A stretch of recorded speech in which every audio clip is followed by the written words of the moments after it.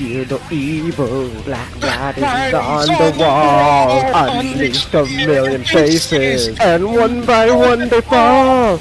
Black-hearted evil, brave-hearted hero. I am all I am, all I am.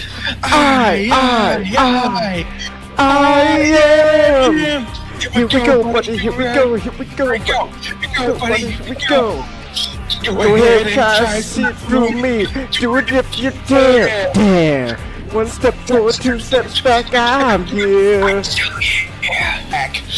it. Do it.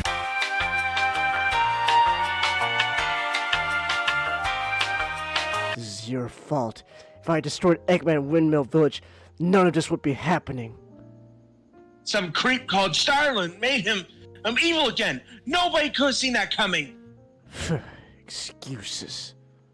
No, I'm dealing with it too. I'm infected, see? Oh my god. I'm not gonna lie, that fucking line fucking pisses me off. It's what you deserve. Fuck you! I heard you fucking slam something. That was my water bottle. I fucking chucked it across my room. Oh, they're biting. Okay. They're into that stuff. Biting? I could taste the day. Save the night, save the night. I'll be the one to care. Do you dare to fight? Evil's might, evil's might. I'll be the last one standing in my eyes are filled with curiosity. You think that you have power over me in this life? There's no room for you and me. So turn away or face this day with me. With me. Face the day with me. Oh! There we go. Oh! Oh shit, we brought up Mike Tyson! We brought up Mike Tyson, she bit his ear off! I put the ear!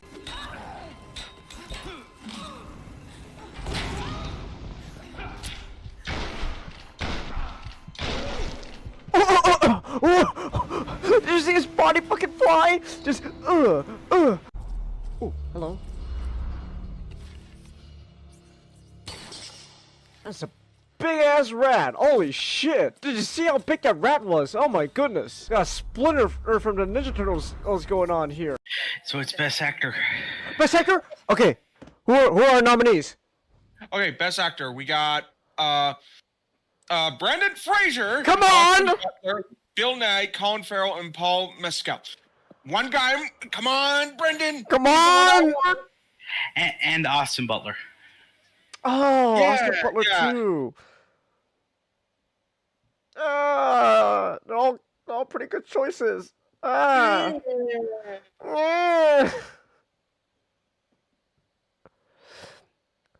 route are we doing? We pretty much did all the main routes. So right now we're just trying to fill up all the squares. And then we're going to fill up all those circles. So right now we're doing 2 neutral missions. And then the third mission we're going to do evil. To get that last square. Brendan Fraser won, Chelsea! Oh, Wow. No? Wait. Wait. Let me confirm. Confirm.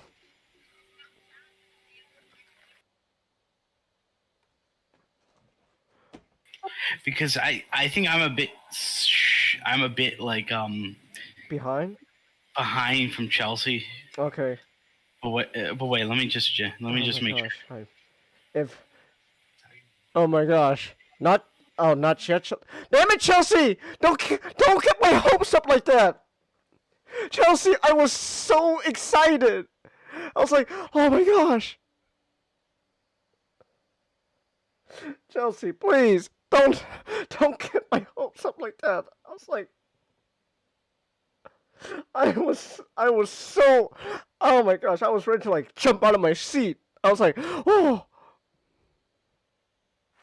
And the Oscar goes to come on, come on. Brendan Fraser. Yes!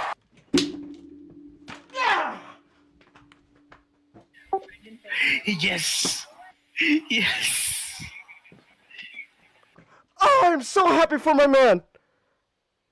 I'm so happy for him. I'm so happy for him.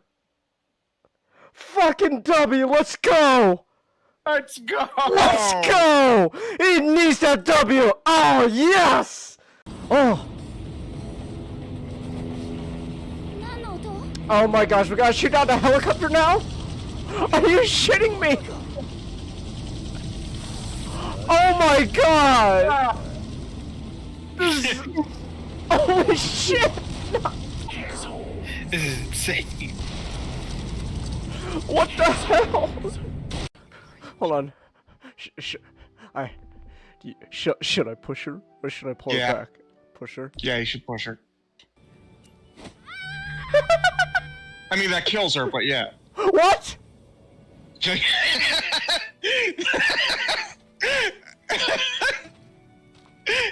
What? What? No! But it's okay for him to just break my stuff. Of course not. Wow, Meredith, you're He's looking learned his lesson actually now. okay. You don't have brain cancer. You gave me this for my birthday. I mean, you should be pissed off too. Oh, never mind. He was wrong, but you don't just go punching every person who makes you mad. That's the best fucking timing. 3 grades above you.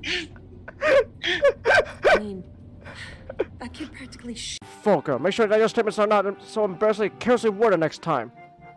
What? What? You are so disrespectful. Amazing.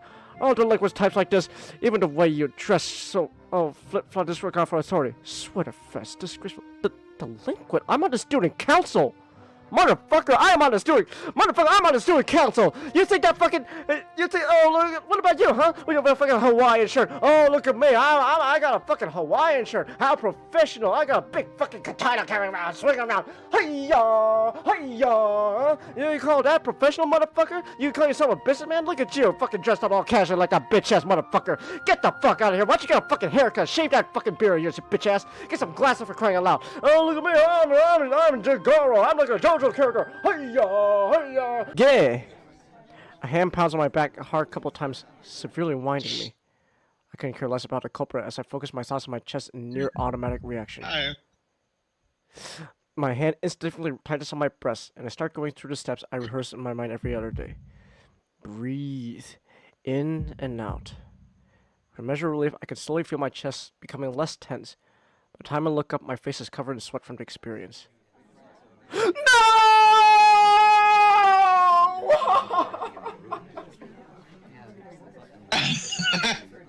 No!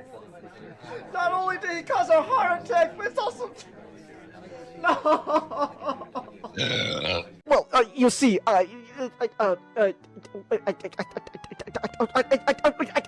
Man, that impression of Shia LaBeouf in college is fantastic. Oh god, you know what I gotta look up now real quick? His fucking freak out in Dark of the Moon.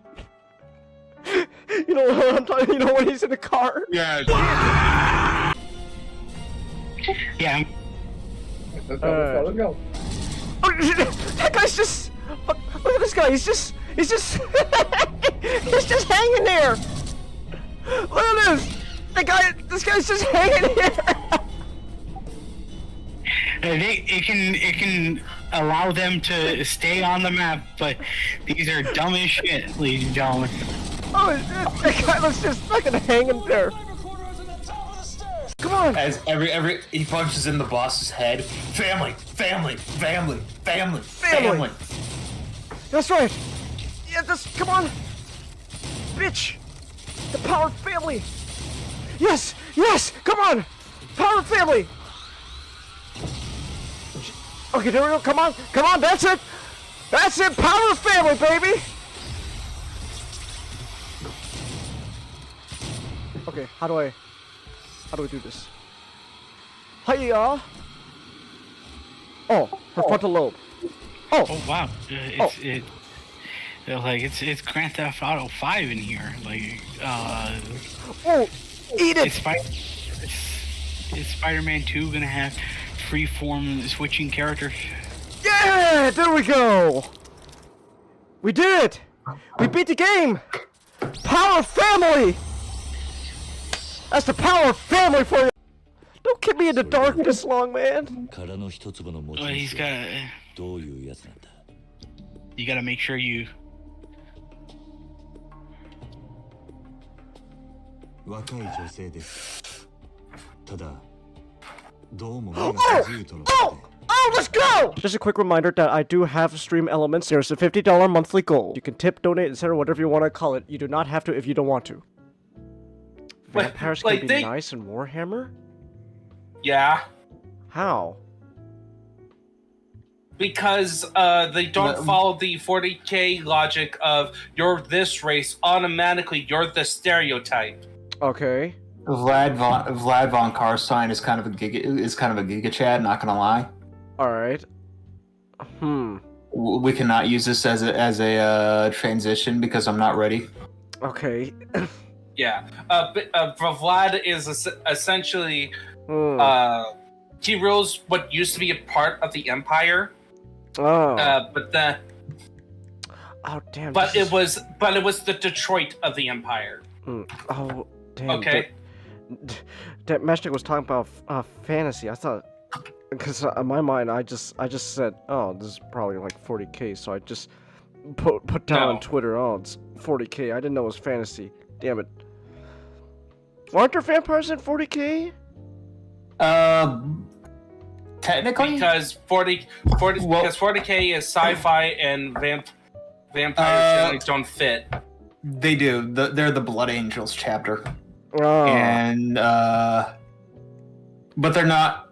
They're quote unquote vampires. Okay. Yeah, it's a quote unquote. They have even more files. All right. So you know how Warhammer is basically everything, but the file number removed. Yeah. They removed 2 file numbers for this one for the Blood Angels. Oh, okay. Alright then. Woo, Blood Angels! Wait, hold on, should I be saying that? Woo, Blood Angels or no? They're one of the nicer chapters. Yeah, They are. They're actually quite nice. Really? If it weren't. Yeah, so they would be like ultramarine levels good. No, I mean not ultramarines. Salamanders levels good. If it weren't for 2 things. Okay. Yes. The Red What? Thirst. Red Thirst, which they need blood. And also the Black Rage, where some of them, if they live long enough, gets triggered to think they are fighting Horus. Except Horus is everyone. Huh. Wait, you're triggered to think you're fighting Horus. Yep, So and you- you're, so and you you're have- sanguineous.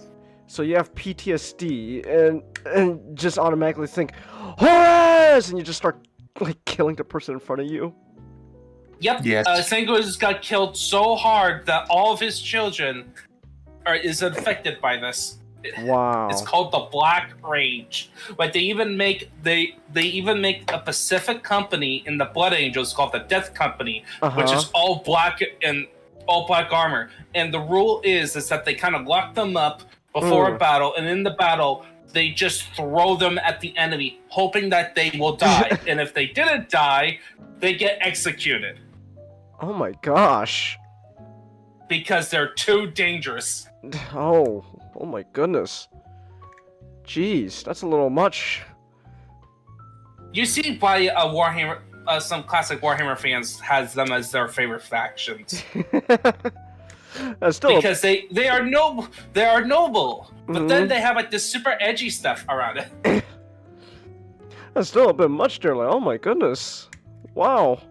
Yay. Alright. Oh, Warhammer. Never change. Why are you so edgy? I love it. Well, it's grimdark. People are complaining that it's becoming lighter. Really? Yeah, they're That's- kind of That's a thing going on? some. Yeah, so in some aspects to the lore, so the way the old lore was written, because it was mainly written to be like a tabletop setting, primarily, you get the implication that everything was about to go to crap around the corner. Yeah. All it takes is one big event. Well, now they're doing, no, we're not going to do that. We're going to just do more storylines focus. And And people so, don't like that? Yeah, because what happens is that it ruins that balance Huh. a lot. So now instead of like humanity is on the brink of destruction, we literally have they literally have an event where the galaxy got split in two. Huh. So the Imperium Man should have been, under the old rules, should have been completely gone. Pretty But much. they're not. Like, but they're not. And then they even got a Primarch back. So part of the kind of the thing about the old lore is that you got this old golden age, and you're losing stuff, like a sense of loss with each of the factions. But now we're getting Primarchs back. And now we have, thanks to a new Belisarius call books, we got the chance to clone any dead Primarch. So anyone who's dead can come back. Does that mean we could bring back Horus? Yes. They have actually cloned Horus before. They have, really? Not a full clone, because they can't get full power because... I mean, you can clone Primarchs all you want, but they're not going to be... They're going to be, like, inferior copies that die really a lot faster. Yeah, unless you go by the theory that Primarchs are basically the Emperor's demons, where they can... All you have to do is get a body, and then their soul comes back and possesses the body. So they can get... Wait, then what's stopping them from cloning the Emperor? Like he's stuck in that heresy. Excuse me, you are advocating for cloning a disgusting ordeal of our holy Emperor? Put this man on a cross. Put this man on a cross, set it on fire. No, we don't even need to do the cross thing. Just grab grab your bolter. I'll just... No, that's too fast. This heretic needs to suffer. I'm just saying, like, he's stuck in that chair. Like, why don't you just... Well, I don't know, like, he's doing what... Like, he has to be in the chair to, I don't know, like, fight whatever, like, demons and shit. Flog him beforehand. So, like, why not just get a clone of the Emperor? Just, I don't know, just like a figurehead. Just to go, hey, look, he's alive, guys, hey! Flog this man beforehand. I don't know, it's like multitasking. That way one Emperor can stay in the chair, fight off, you know, the warp demons and stuff, and the other one can, you know, I don't know, do whatever. Not to mention, you have to do it perfectly. And it's really fucking hard. It is? Okay. Yeah, I think the only two people in the entire 40k setting at present who could possibly do it is Belisarius Cult, because he's the GWBS machine. Okay. And the other BS machine, but his name is Fabius Bile. And Fabius Bile, he was able to perfectly clone a Primarch. His name is not... But he sold him off. And he's a part of the Emperor's children. He's not. His name is not Fabius Bile. It's Fabulous Bile. Fabulous Bill. Fabulous Bill. Okay. Yeah. All right. But do you know who the Emperor's children are? Oh, aren't they the Primarch? No. No. They're the Chaos Legion. That's the degenerates. The ones that follow the Slanesh goddess. God/goddess. Oh, okay. Why do they call themselves the Emperor's Child? Okay. Because so when they were founded, when they found Fulgrim gave an impressive speech that the Emperor, God Emperor of Mankind, gave him the name Emperor's Children. because he was so impressed by Fulgrim. But then later, when they got corrupted by Chaos, they just took the name as an insult. Huh. When the Emperor's children get ready to go and charge at the Loyalists, they say, "For the Emperor!" So he just kept the name despite... To fuck him. Wow. Wow. Alright. Let's go. Let's commit some heresy. Alright then. Are you ready, Matchstick? I'm just getting some art. Oh, you're gonna shoot to, because it's Warhammer. You have plenty of art, so it'd be fun. So I'd thought that it'd be fun to post a few of them. Oh, okay. Alright. Hey, James. We're talking about Warhammer right now. We're not yet on our topics yet, but it will tie into. We're just talking about Warhammer.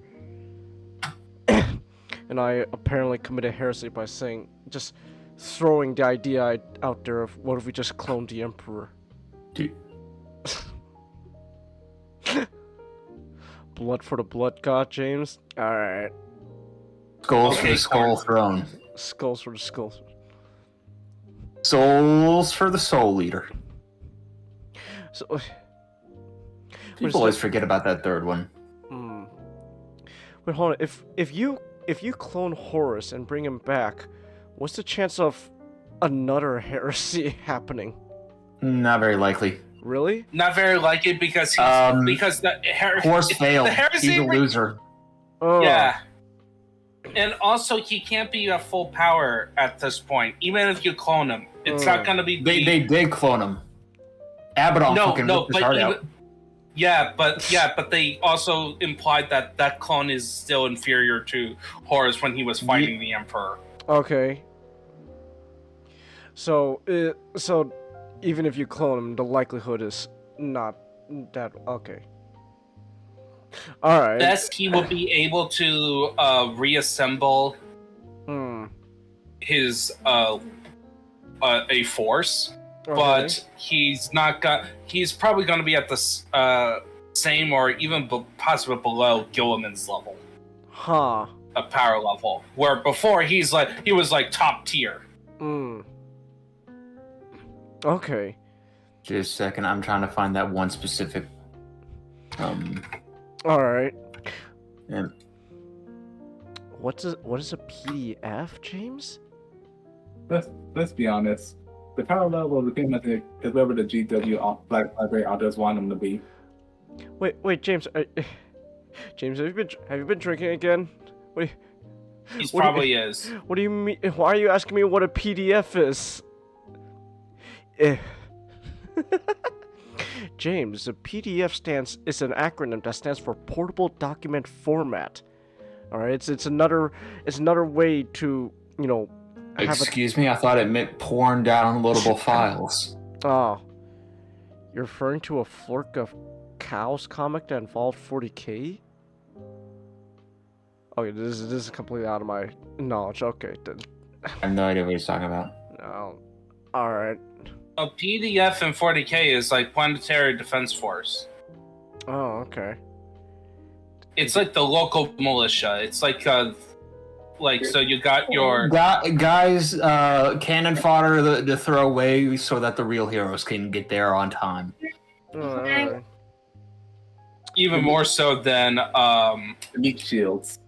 Yeah, they are the super meat shields. No, they're the meat shields or the meat shields. Oh, well, actually, cool. well, they're not. At least they're not the conscripts. So they're not the lowest of the lowest. So they're not the meat shields of the meat shields of the meat shields. Okay. Horus looks cool. It's got like the big claw hand going on. They're not the drugged out. They're not the drugged out meat. Okay. I was just saying how cool. I was just saying Horus actually kind of looks cool. He's got like this big claw hand going on. He's got a mace and stuff. It's like yeah, Abaddon has the claw. Who's Abaddon? I'm gonna look him up. He was Horus's second in command. He's basically the head. He's like the poster child of the Chaos factions in 40k. Alright. He's really good on tabletop right now. But the old saying about Abaddon is that Whoa. he on the tabletop. He's like a Saturday morning cartoon villain. No. On the tabletop, his old model was it didn't have good stability, so his arms would always fall off. Oh, okay. And so he's Abaddon the Armless. Abaddon the Armless. Yeah. Look at this guy. He's got like skulls everywhere. Oh my gosh. Skulls everywhere. And Warhammer. Yeah, but he's With gunk. yeah, but he looks extra edgy. I kind of like him. That's chaos for you. Yeah. They take a Space Marines to make them more edgy. Hold on. This model here, he's got like I don't know what you call it. Like, he's got something on his back that like has like skulls piked onto it. It's like, ooh, that's actually pretty cool. It's got a big glowing sword and stuff. It's like, alright. Hey, are you ready, Matchstick? Yeah. Okay. So. All right. Let's get back to Warhammer Fantasy, talking about vampires. Oh, look at this. I found this model. He looks kind of goofy. I think that's the old model. Those proportions are kind of goofy. It's just. Why do you think the arms kept falling off? He looks so squat in this model. Just, yeah. Look, that's all of them. Alright. So, all of those old models. Alright. Okay, so, speaking of Warhammer, vampires! So, I decided to get into Warhammer Age of Sigmar a little bit. Okay. A while ago, I bought a group called the Soulblight Gravelords, which is a fucking mouthful. So I'm just gonna call them the Soulblighted. Because honestly, they should have been called the Soul. Is this book part of Age of Sigmar?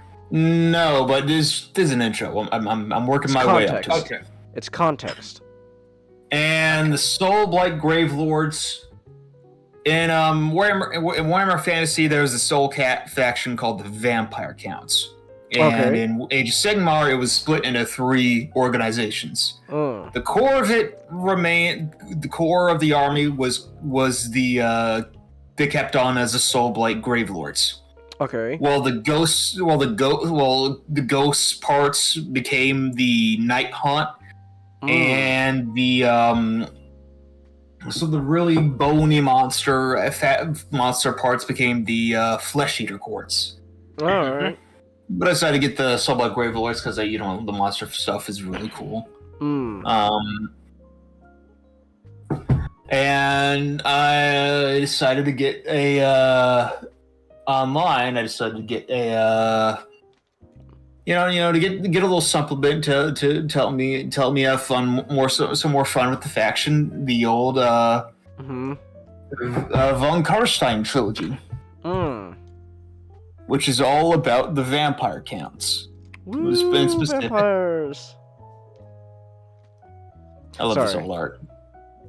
Oh, posting art. I think this is probably my favorite image of the vampire counts. Ooh, that's nice. That is sexy. Oh, and the red armor, like it helps them pop out. Ooh, that's nice. Where did I put the? I probably put it under Warhammer stuff. I painted my model to look like him. Ah. All right. I mean, I could check. I found it. You found it? Okay. Yeah. All right. Oh yeah. Ooh, he's got a Batwing shield going on. That's amazing. I just noticed it was a Batwing. Wait, it is a Batwing. Does his hair like turn into little mini Batwings too? No, his hair is all long. Was that the end of the stream? Bats. Those are bats. Oh, okay. All right. Yeah. And the vampire counts are all about the undead. They're vampire. They're a classic monster faction. You got necromancers. You got zombies. You got skeletons. You got vampires on zombie dragons. Oh, nice. You Very got gothic cool. castles and Oh, that's amazing. giant wolves. Oh, this is nice. Yeah, and it's just really fun. Mm. You got ghosts Ghosts. and and then coaches. Mm. But in the lore, they're divided up into bloodlines: the Von Karsteins, the Lahemians, the Necrox, the Blood Dragons, and the Shugoi. The blood dragons. That's amazing. It's because their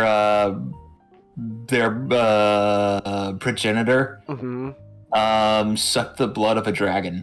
In one take. Oh, damn.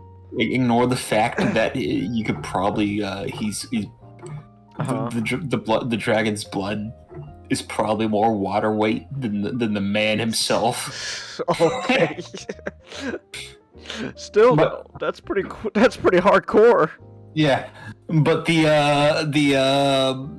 Von Karsteins,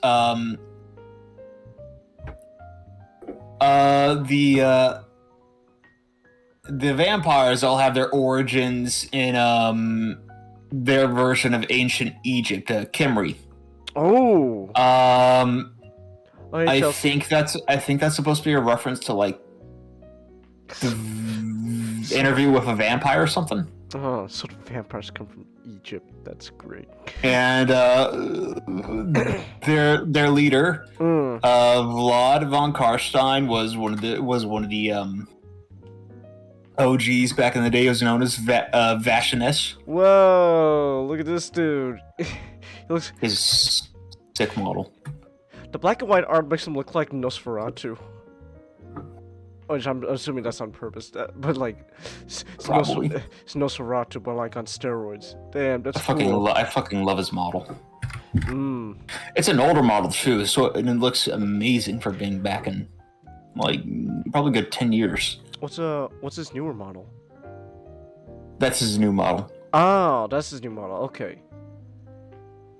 Yeah. I mean, his newest model was it's like and like it's I just an noticed old like one.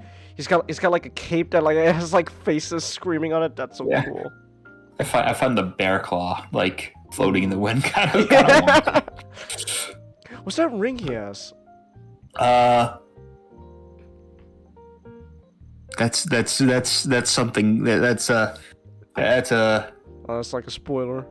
it's a so Vlad is unkillable. Okay. Only but if you remove the ring, he can die. So in the book, he takes like a cannonball to the face, and he just gets up and he's like, "Man, you guys are pussies. I'm gonna kill you guys." So long as he has that ring. Okay. Yeah. Like, does it have like a soul or something? No, it just makes you immortal. Oh, okay. I think it's specifically for vampires, but so Vashinesh, now going by Vlad von Karstein, is now marrying the daughter of the dying Count of Sylvania, who he turns into a vampire named Isabella. All right. Because she wanted to, by the way. Oh, okay. She's kind of nuts. She looks nuts. She's got the wig and all that. Well, the wig part is just because culture, time period of her birth. Well, those old fucking Prussian look. Yeah, but still, though. She looks insane. And he's like, okay, now I'm the ruler of Sylvania. My first act is to declare war on the Empire, which, get a map. Alright. So he spends the next 30 years. Well, I doubt any of you guys are going to really read this book, and, I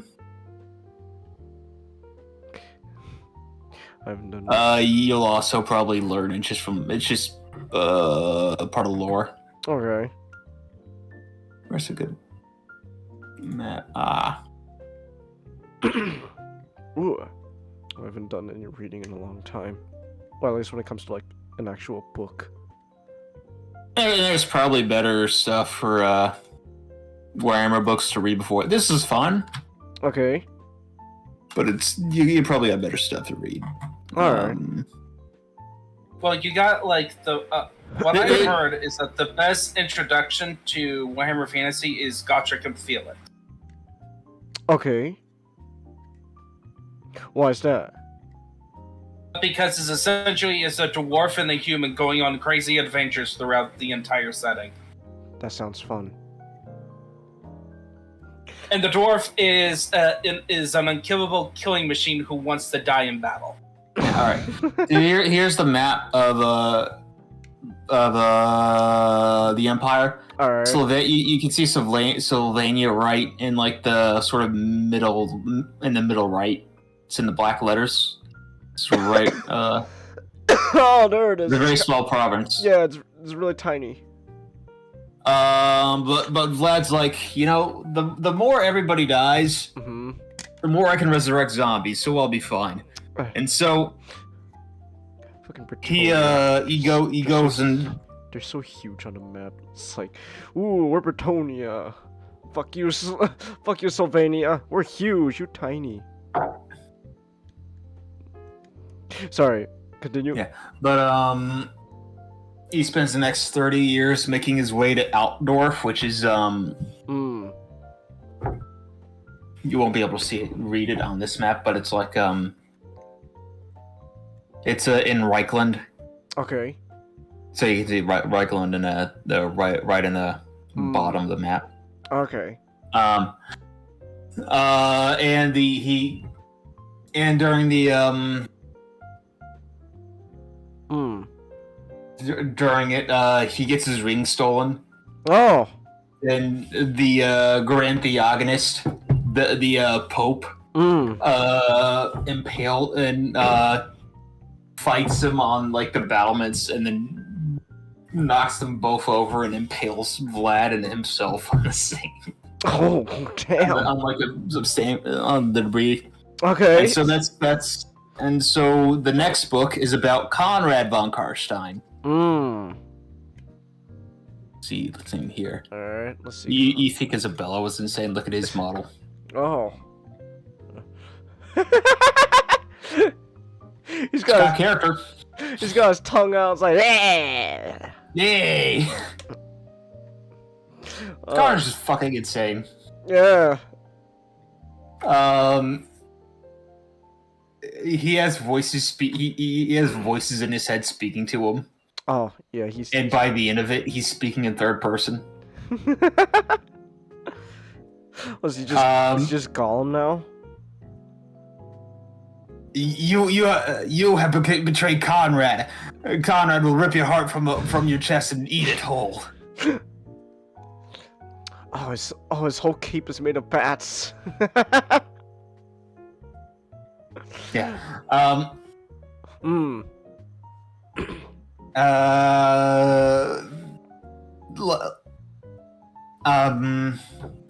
Ironically, a lot of Conrad's part in the books is politicking between him and his of him of all people. Between him and his loser siblings that nobody cares about. Okay. Which I find really funny. Are they as crazy as him? Or is No. No, he's the only one who's crazy? he's not the only one who's crazy, but he's the only one who's batshit crazy. Okay. It's worse. And then he dies. How do you... What was his death? Oh no. I forget how he died. Oh yeah, shit. This is an era. It is an era in where there's on and off civil wars in the empire between 3 emperors, 3 claimants. Okay. And one of the claimants kills him. Ah. Damn, what a shame. Yeah. The next book is about Manfred. Manfred's like the big one at the end of it. Oh. This is what he looks like. This is what he used to look like. And this is what he looks like now. Okay. Let me see. Oh no! What'd they do to him? Male pattern baldness. Oh no! What'd they do to him? He looks. He looked like a really badass Dracula, and then what did they do to him? I don't like the new look as much.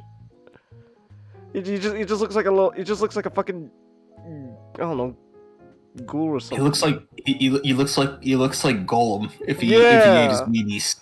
Yeah, bring back the Dracula look he got going on. No, I don't like the new look. Oh, I don't like it. I don't like it at all. I want that old look back. He looks so cool there. What is this? Is he as crazy as the previous guys? The thing about Manfred, is that if you hear a description in each book, in each different book he appears, there'll probably be a lot very different. Really? Writers can't seem to figure to keep anything straight with Manfred. Oh. Aside from the fact he loves to backstab. and he is the star scream of the vampire counts. Oh. Okay. Sometimes he's as much of a loser. Okay, in that case, then I actually kind of like his new look a little more. It fits for that, but I feel like for the book he was in, with how he was written, I feel like the first one is a lot more. He has a lot more charisma. Oh, okay. I think it was the end times that made him like the fucking backstab gremlin. Okay.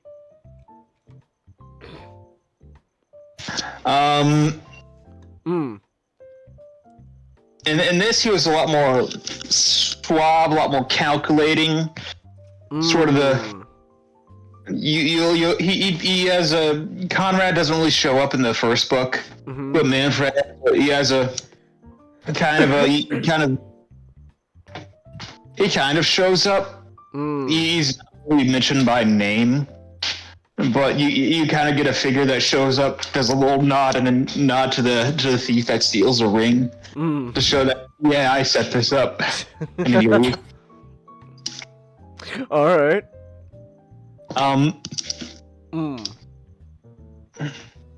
But if you look up what he acts like in all the different books, Manfred, it's a lot different. All right, hold on, real quick. Discord. I think Discord's crashing on me. Shit. Uh-oh. Yeah, hold on, real quick. Okay, I'm gonna have to actually pause the stream real quick. We'll be right back. I just gotta reboot Discord because, fuck, I think it crashed. Okay. All right. We good? Looks like we're good. Yeah, we're back now. Yeah, Discord crashed. So. You gotta love that. Yeah. Discord has been just crashing on me consistently recently. I hate that shit. Yeah. Alright, so where were we? But eventually Manfred leads a bit of a chase between him and the armies. He tries to blitzkrieg it instead of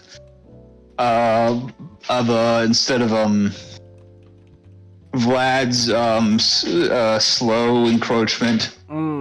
And he ends up being cornered and being killed by one of his own vampires. Oh. who got a conscience. But that's the general story of the 3 books, like from the big lore perspective. So that's what I knew going in. Okay. But the books themselves in quality, it was kind of what I expected. I've read a lot of Warhammer books. Okay. This one is, and this is my first forte into the fantasy side. All right. It's kind of like one of your average 40K books in terms of writing. Not especially great, but it's serviceable. I think it did its job. The job wanted it set out to do. Okay. I actually ended up liking them as liking each one the second and then the second one and the third one more as it goes on, because you got to see a lot more of the vampires as it went on. Because the first book was mainly you didn't really get to see a lot of Vlad, especially of Isabella. They do get a short story. Okay. Where it focuses a lot on them, and that was nice, but you didn't really get a lot of them. It focused more on human characters. Okay. That were in it, and I was like, I mean, this is nice and all, but I came for the vampires, and I want to see the vampires. Yeah. But I kind of liked it as it. If you read this as one big novel, it kind of got more and more vampires as it goes on, which is nice. And some of the human characters turn into vampires. All right. Which I didn't really especially care for them much at first, but as it goes on, I kind of grew to like them more. The second book, you'll like this, Ninjago. The primary the main non-vampire official character is a dwarf. Nice. He's pretty alright. All right. Kalad, something or other. All right.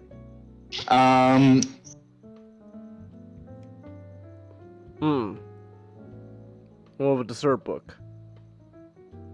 Third book, it was mainly from the vampire's point of view. Okay. The main hero was the main sort of protagonist hero point of view was one of the vampires that started getting the conscience. Huh. And then you had a little bit of a few other characters, like the dwarf and Empire soldier, who I did not give two shits about. But you got a whole lot more of the John Skellen and Manfred. He were big vampires, and I was liking that. And you got some Bohemians in there. Okay, that's pretty cool. But generally, the actual events that I talked about, I was surprised at how little they factored into it. It really, all the story that's shown is more around the events, and like the actual big battles themselves aren't really described very much. And it's more about the characters around them. Okay. I give it a 7 out of 10. 7 out of 10. All right. Yeah. Nice. If you want a fun little vampire fiction and you like Warhammer fantasy, I'd suggest it. If you like the vampire counts, I'd suggest it even more. It was a good read. Okay. you get a few more. You get 2 more short stories along with the 3 big books, and got a lot of fun personalities. Oh, nice. I'm not likely to pick it up again, but for one read through, it was pretty fun. All right. Well, that's cool. Nice. All right then. Okay. And just an F's out in the chat for Manfred's male pattern baldness. Yeah. He should have gotten keeps. Yeah. Not sponsored. No, we're not sponsored though. We're not sponsored. Yet. Yeah. Yet. Sponsored by Keeps for male baldness, male pattern baldness going on. I know I have male pattern baldness going on. That's my dad. All right then. I don't know if I ever want. Manfred's actually still around in Age of Sigmar. Oh. I'll look up his model real quick. Okay. Is he still bald? Yeah. He also was the reason why the Warhammer Fantasy Universe ended. It ended?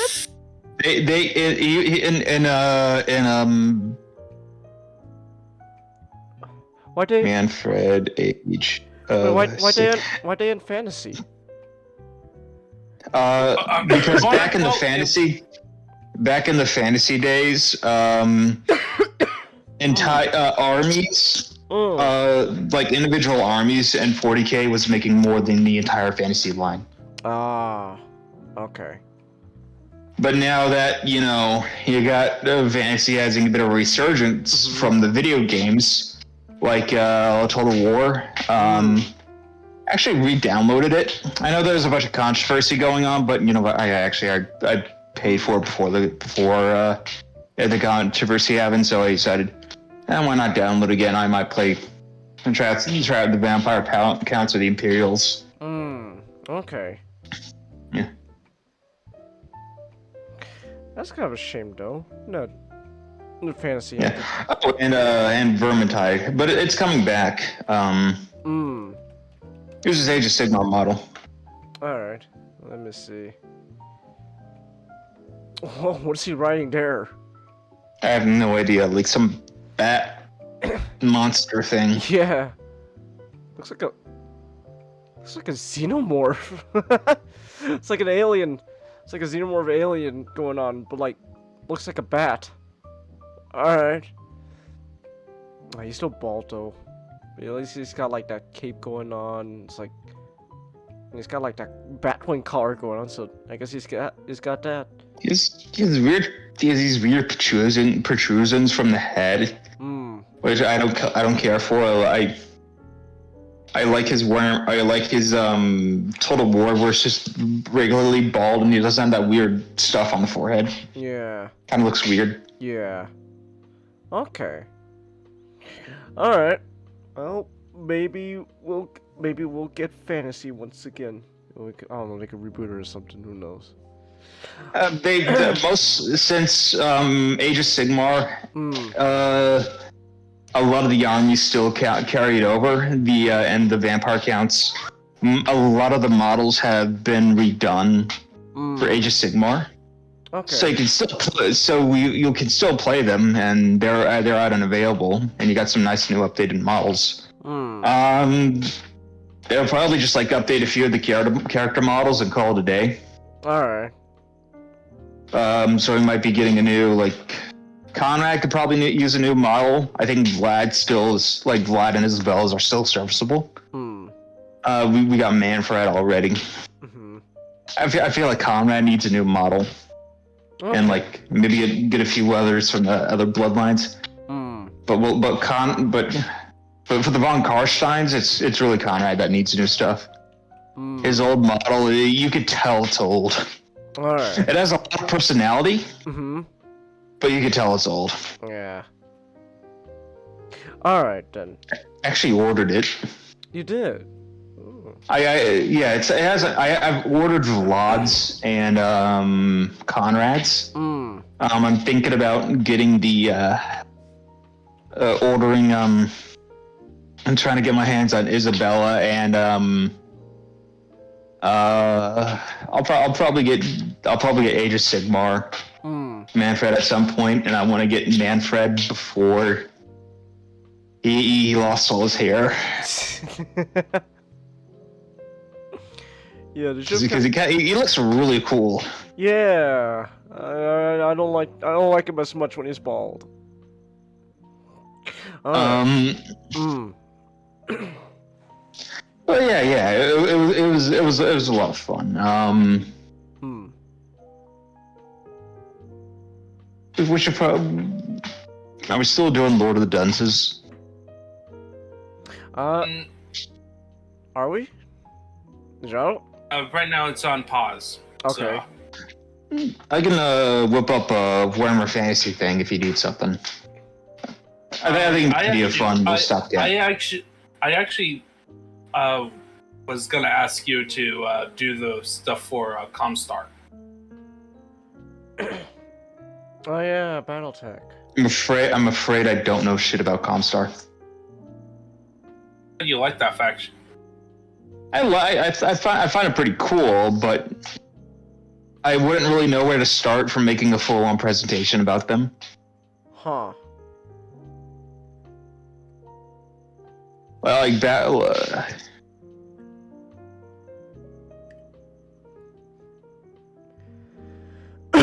Oh, excuse me. Oh gosh. I have my dry throat right now. My throat's dry. Even though I just drank a bunch. I could probably do it, but I'm not really in a. I'm not really. I would have a lot more fun doing a Warhammer Fantasy thing right now, but I can still do it. Okay.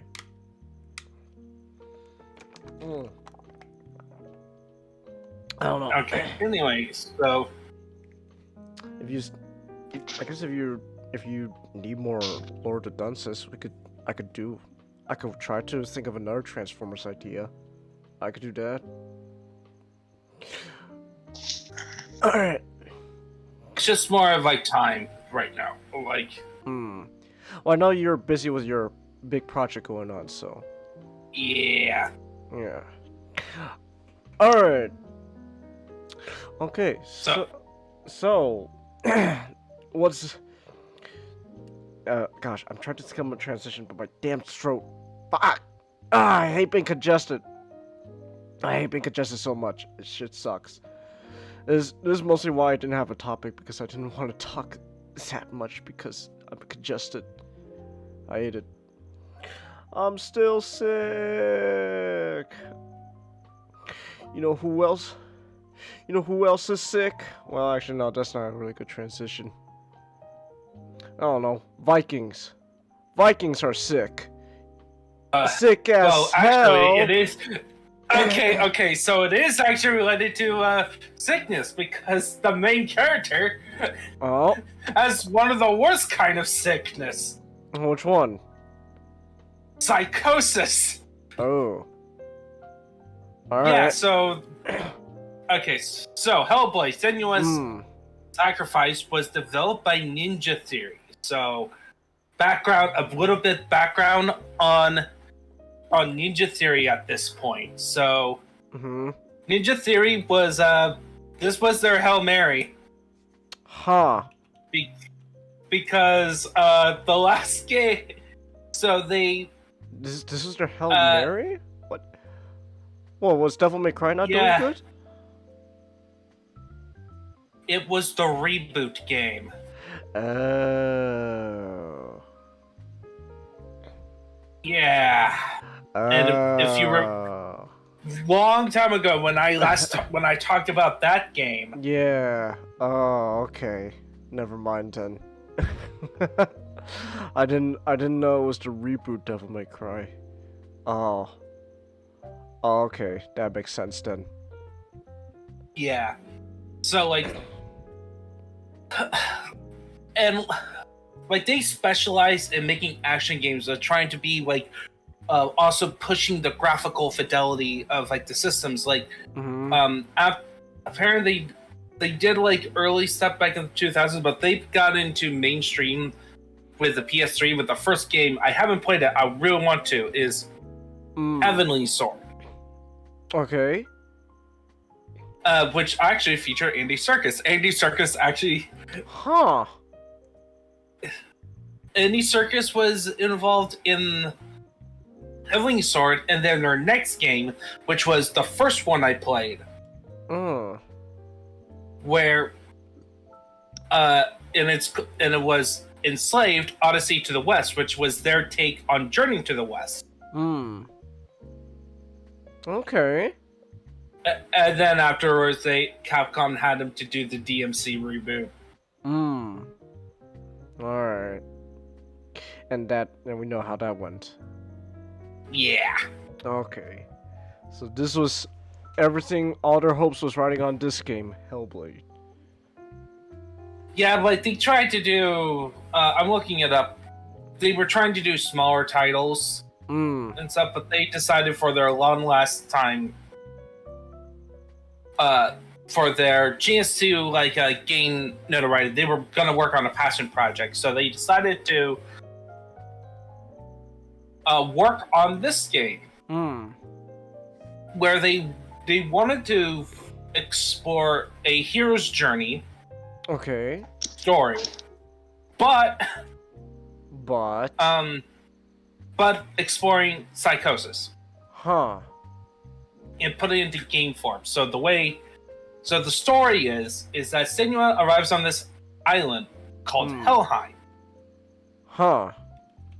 and Helheim is makes Yamatai from the Tomb Raider reboot looks like a vacation home. Okay. So you know that temple in the first Tomb Raider game, Cengiz? Yeah, I remember. Imagine the entire island is that. Oh, lovely. But with Vikings. Ooh. History game, Chelsea? Sort of. Sort of. It's sort of. Mythology.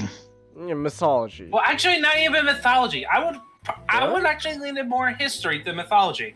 Because so the way it works is that almost everything that happens, it's all in Senua's head. Oh. Okay. Because that's how the psychosis works. Like the psychosis, they basically throw every type of psychosis from auditory to visual, and it affects the gameplay. So at the beginning, you hear Senua with multiple voices speaking into her mind, and the narrator, and you are technically one of the voices. With a fun meta thing where it's like, where you're guiding her actions. Okay. And you're technically part of the story because of that. Interesting. So, why? First off, why is Senua in this island? Well, she, carrying with her, is a head. Woo! A head of her lover, who died. And she was told that, and her goal is to go to hell and get her revived, because you just need the head, because that's in Viking mythology. The head is like where the soul is. Oh. Okay. You just need that. Alright then. Just need a head. And it's basically her going through this island, dealing with her personal demons, and exploring. You learn more about her story, about the trauma she faced, and her overcoming her grief and her personal demons. Okay. And her childhood was pretty messed up. Her mother died when she was 5. Oh, wow. And she suffered the same type of darkness as the game keeps saying. Like this game says darkness tons of times. Darkness. Oh, so her illness is hereditary. Sort of, yeah. Okay. It's also caused by trauma. Hereditary and trauma. Alright. Yeah, I'm purposely with. I really want you to play this, so I am actually withholding key information about stuff. More of. All right. So she grew up, and her father's a jerk. Pretty awful parent, an awful person. He kept her in isolation to try to not get this curse out. Lovely. He was the controlling, abusive father, and it would have worked too if it weren't for that stupid boy Dylan, who dared to have Dylan? send you a Dylan! the love interest. Dylan! You son of a bitch! You know, since we're using that, it's probably a historical name, but holy fuck, does it sound too modern to put in.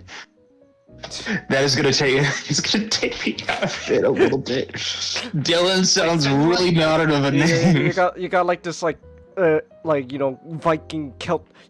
She says she was Celtic, right? So she got like this Celtic name going on, and everyone's Celtic, and then you just get Dylan. Olaf, here we have Olaf. We got Thorfinn. Dylan. Yeah. So Dylan is the only other normal sounding name because her dad's name is Zenbel. And then that doesn't even. It's probably accurate to the time period, but it does not sound accurate. Like an actual name from that period. Alright. But still. Look, I have looked up the historical names, whether it's. It still sounds more accurate at the time than Dylan. Dylan. Look, we're talking about history when it comes to names. Like, a lot of English names have origins in various Celtic cultures. So yeah, but still, though, it's just something about Dylan.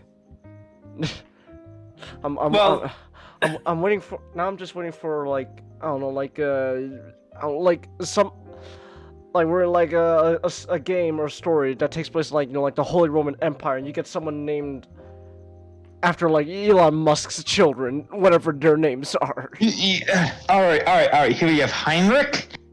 We got Otto. We got Hedwig. And we got Ben. I don't know. Even though Ben is actually Hebrew for son, like Benjamin is son of right hand. It's like I don't know. Ben, I could see that's a biblical name. So that's you can see that happening.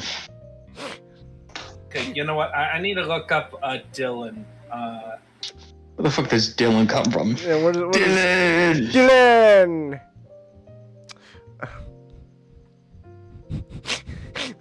What's the meaning of Dylan? Okay.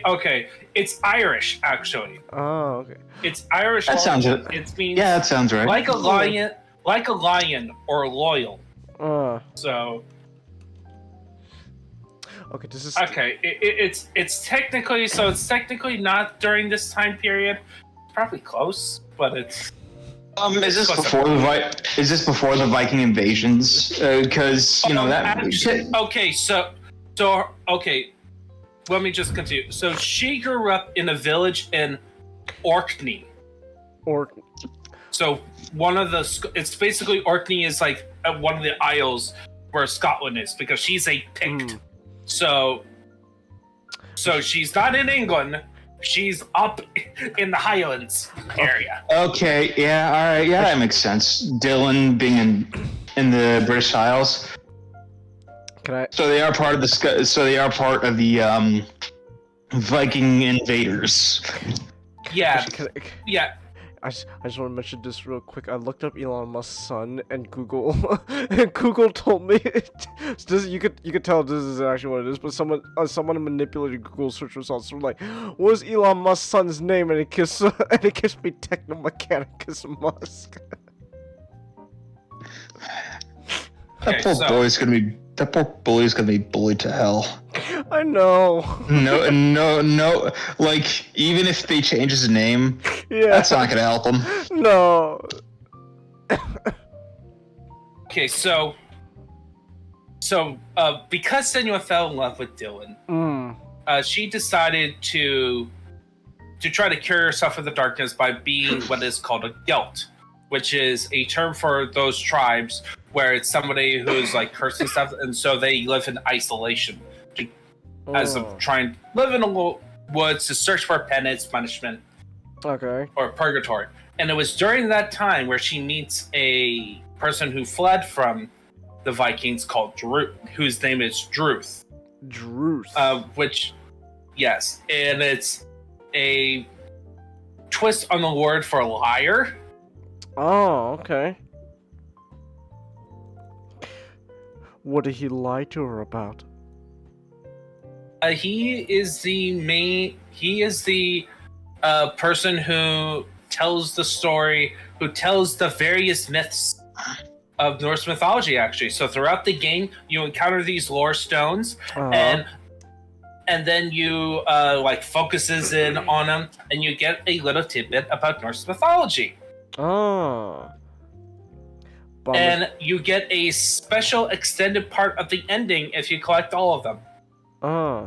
Which I didn't know until this recent playthrough. Wait, hold on. So if he's a liar, then that means you got an in-game excuse for any inaccuracies to the actual mythology. Like, wait, hold on, wait a minute. That's not what actually it is. Well, the guy's not exactly to be trusted.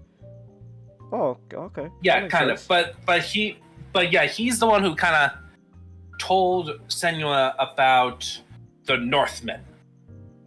Northmen, let's go! Yeah, and all their stuff. And then, so after she returned one day to her village, the whole village is destroyed. Everyone seemingly killed, and Dylan got the blood Skarsgård, why'd you raid her village? Come on. Got blood eagle? Ooh. That's not good. Blood eagled. Oh, blood eagled. Ooh. I didn't hear that part. Yeah. Yikes. He got blood eagled for the goddess Hela. Ooh. No, yeah.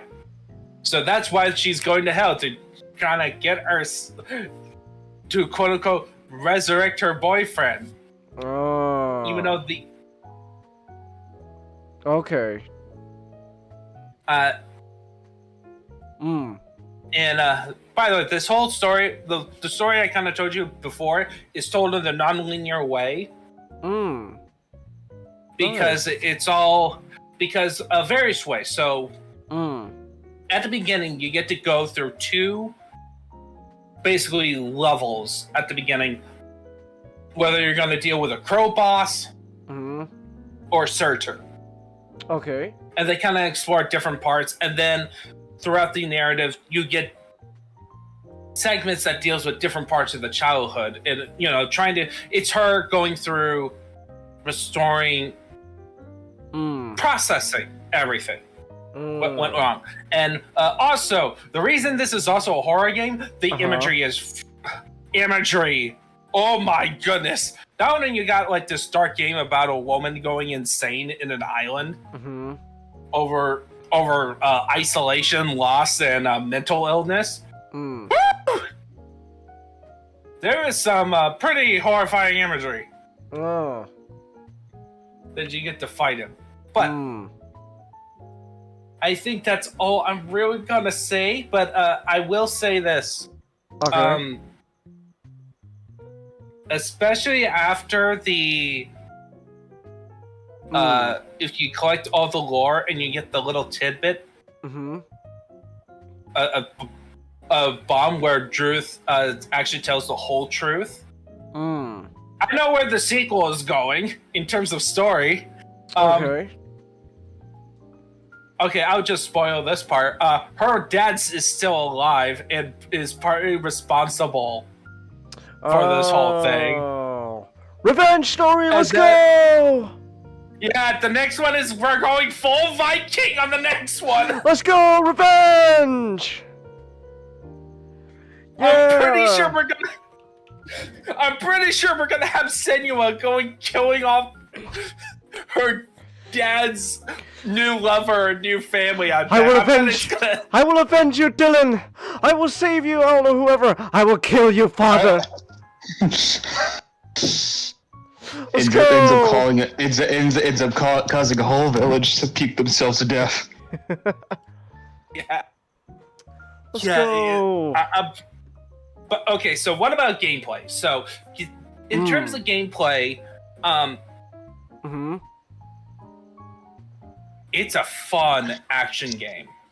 Huh. It's not, but it's mostly the way it's paced is that it's more like a what would be called a walking simulator. Okay. In terms of the pacing and stuff. So her normal speed is slow. Her sprint speed is normal speed. So it's supposed to be a thing that helps you absorb, the atmosphere. By the way, the graphics and art style. Mwah! Okay. Awesome experience. But you're having a slower... Yeah. So you have to deal with that part. But then when you get to the combat, one thing. The camera is right behind Senua. Okay. As opposed to most action games where it's like above the character a bit in an angle. Because this one is a lot more gritty and close quarter. And also, you don't have any way to know what combos you have access to. So you just figure it out? Yeah. Oh. It has a good parry system as well. Huh. And also, as opposed to like other more character action games where there's no real point system about how well you do. In fact, there's very little of a hub in this game. There's not even a tutorial segment at the beginning to tell you what the controls are. You kind of have to figure it out by playing the game. Oh, okay. And the game is, with that part, they kind of made it very intuitive. All right. If you play with a controller. If you play with a controller, with a keyboard and mouse, I'm not sure. Okay, I get the message. I get it. Listen. Until you start playing with a controller, you don't get the message. I play games with a controller. I'm playing Sonic with a controller, and then I wait a couple of days, and I'll play next month or maybe the month after Metal Gear. I'm gonna be playing with a controller, so I get it. Play with a controller, okay? I get it. Yeesh. Oh my goodness.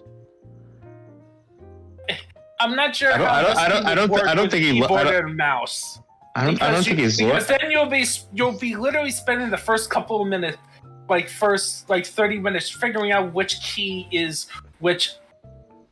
What? So there's no bindings? Oh, I forgot about these guys. I don't know about that part. Check out streaming backroom. Oh yeah. What's Blood this? Bowl. The Blood Bowl. Football. But with vampires. Oh my gosh. Yeah, and everything's a Batwing motif. That's great. Yeah. Anyway, but it has a very good variety of enemies that is properly spread out throughout the entire game, and you do feel like you get stronger throughout the game because I think the way that it works is that you progress through the game, and Senua gets new abilities. But it doesn't tell you explicitly. Okay. That Senua has a new ability or something. Or it could be something that you already have everything in there, you just have to learn how to do it. It's really cool. And it is so satisfying fighting through a room, and then you get to have perfect parries, which will give you an advantage, which will allow you to counterattack. Can you dodge? And then later, yes, you do have a dodge button where you can dodge twice, and then you could do dodge once in attack. There's some enemies, one type of enemies. I also love how intuitive they kind of rank up the enemies a bit. So like, you first get to introduce the guys with regular swords, no armor, no shield, fine. Then you meet guys that uses a club. They are tougher and they do more damage. Makes sense. Big club, club does more damage than sword. And then they kind of upgrade that guy by giving him a shield. So now you have to either dodge out of the way, dodge an angle to hit him without the shield, or when you get the ability to focus, where you just hit a trigger button after you do some damage to enemies. Okay. You'll basically be able to do fast attacks and probably even more damage as well. Huh. So you can take out enemies quicker. Okay. Also fun. All right.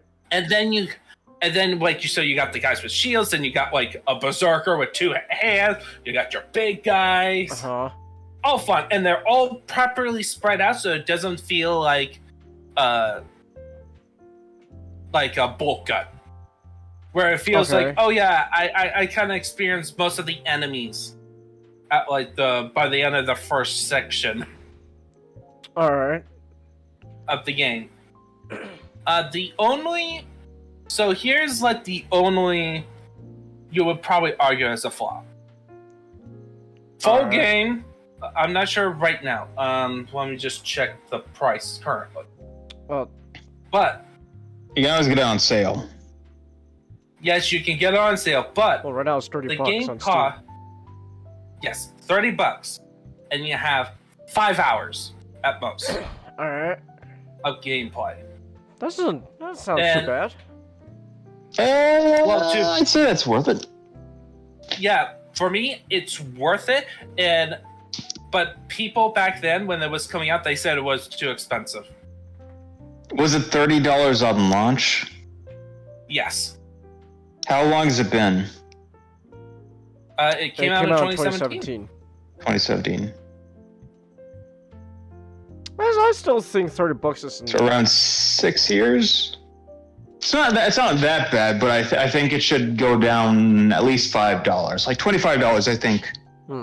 That's a really good price. $30 still, though, not that bad. Not too bad. Yeah. Not too bad. Could be better. Yeah. Not too bad though. Yeah. Okay. I think $25 is a perfect price point for it. For a. All right then. So in terms of gameplay and pricing, here's the thing. It's also one of the things that makes me you know how we talked a lot about gaming prices on that. Senua is actually one of those games that kind of convinced me about the whole prices can be flexible based on experience of the game, actual core game. And this game, I highly recommend. This is a memorable experience. Also, Chinggis, if you stream this game, okay, do it by yourself. Don't have Nick. Don't have Not. It's a game that is you experience by yourself and have people react to it. All right. Because you're literally throughout the entire game having multiple voices going on in your head. It is also best played with headphones. Well, yeah. Because it helps, because it absorbs the atmosphere. And because you're able to have voices and different, the way they kind of do the audio is where it's okay. Even so different headset. Yeah, you need it feels like your surround sound experience. Okay. Yeah, that's kind of neat. Yeah, and also performances. In terms of very well done. And the actress who they got to play is awesome, and it's also hilarious. You want to know who they got to play Senua? Who? Their video editor. Ha!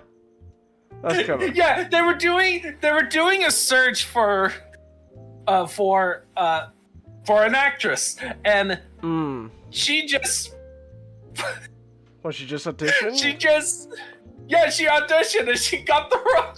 Huh. And she does super well. And so Ninja Theory, when they do their animations, the reason why they kind of look realistic, they are actually they do motion capture. Oh, a lot. Okay.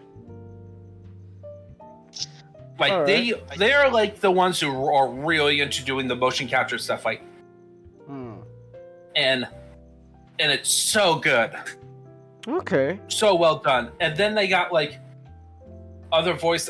All the performances are great, and also as part of like the visual the way to mess with your visuals, they actually have like even when they do like ghostly visions, kind of ghostly visions, like because she's hallucinating stuff. Other people and other characters, they use live action performers.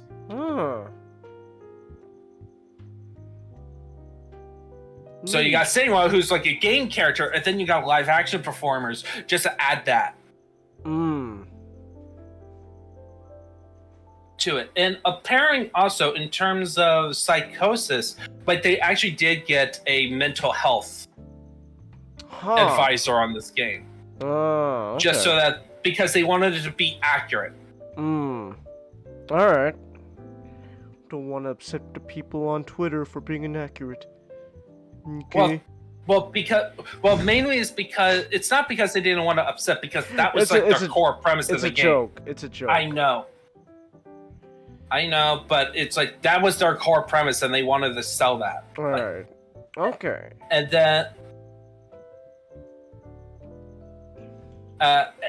then they also got a historical advisor. Pretty cool. Alright, nice. Yeah, $30. Okay.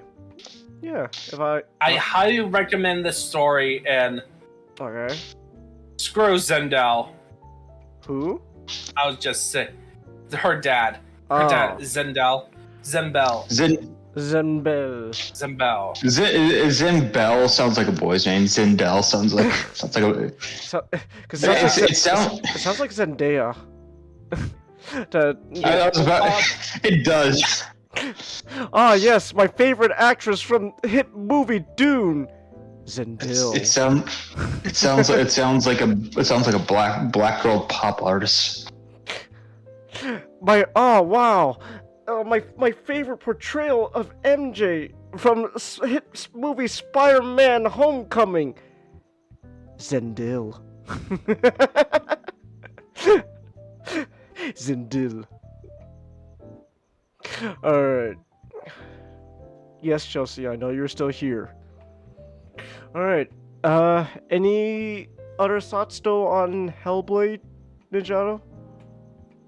I am looking forward to the sequel when it comes out.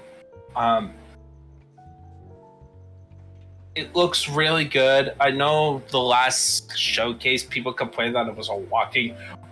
We waited for a year and it's walking simulator. Yeah, well, because you didn't see combat. Well, yeah, because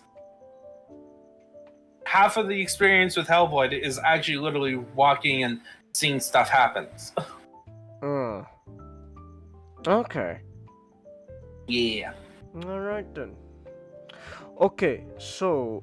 Alright, and then with that, I'm gonna head to bed. You're gonna call it? Alright.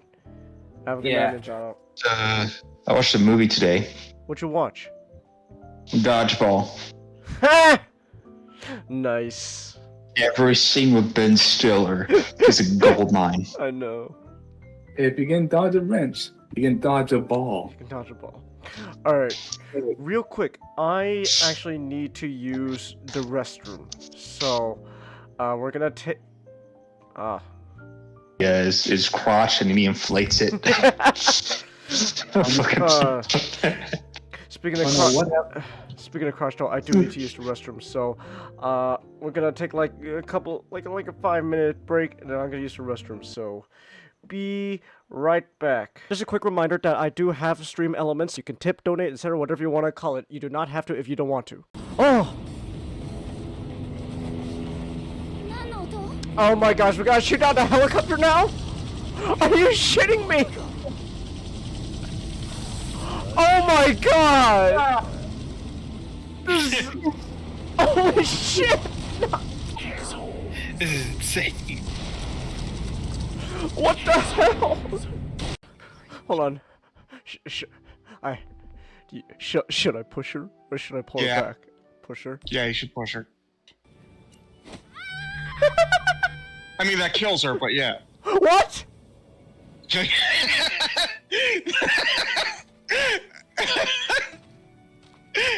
What? What? No! But it's okay for him to just break my stuff. Of course not. Wow, Meredith, He's you're learned his looking lesson now. actually okay. You don't have brain cancer. You gave me this for my birthday. I mean, you should be pissed off too. Oh, never mind. What's wrong, but you don't just go punching every person you get too mad. That's the best fucking timing. Grades above you. I mean, that kid practically Volker, make sure that your statements are not so embarrassingly carelessly worded next time. What? What? You are so disrespectful. Amazing. All delinquents types like this, even the way you dress so flip-flop disregard for authority. Sweaterfest, disgraceful. Delinquent? I'm on the student council! Motherfucker, I'm on the student council! You think that fucking, oh, look, what about you, huh? We got a fucking Hawaiian shirt. Oh, look at me, I got a fucking Hawaiian shirt. How professional. I got a big fucking katana carrying around, swinging around. Hi-ya, hi-ya. You call that professional, motherfucker? You call yourself a businessman? Look at you, fucking dressed up all casual like that bitch-ass motherfucker. Get the fuck out of here. Why don't you get a fucking haircut? Shave that fucking beard of yours, you bitch-ass. Get some glasses for crying out loud. Oh, look at me, I'm Jagoro. I'm like a JoJo character. Hi-ya, hi-ya. Yeah. A hand pounds on my back a hard couple times, severely winding me. I couldn't care less about the culprit as I focused my thoughts on my chest in near automatic reaction. My hand instinctively tightens on my breast, and I start going through the steps I rehearse in my mind every other day. Breathe in and out. For a measure of relief, I could slowly feel my chest becoming less tense. By the time I look up, my face is covered in sweat from the experience. No!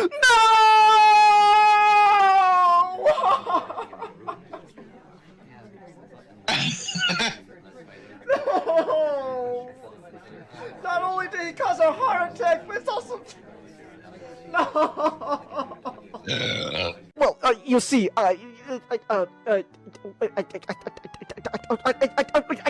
Man, that impression of Shia LaBeouf in college is fantastic. Oh god, you know what? I gotta look up now real quick. His fucking freak out in Dark of the Moon. You know what I'm talking? You know when he's in the car? Yeah. Yeah. Let's go. Oh, that guy's just. Look at this guy. He's just. he's just hanging there. Look at this. This guy's just hanging here. It can allow them to stay on the map, but these are dumb as shit, ladies and gentlemen.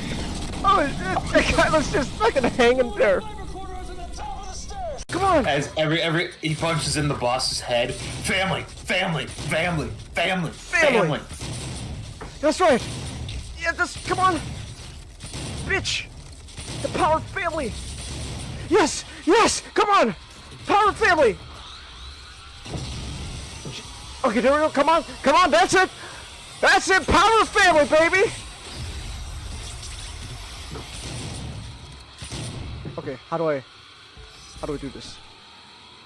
Hiya! Oh, her frontal lobe. Oh wow! It's Grand Theft Auto 5 in here. Oh, eat it! Is Spider-Man 2 gonna have free-form switching characters? Yeah! There we go. We did it. We beat the game. Power of family.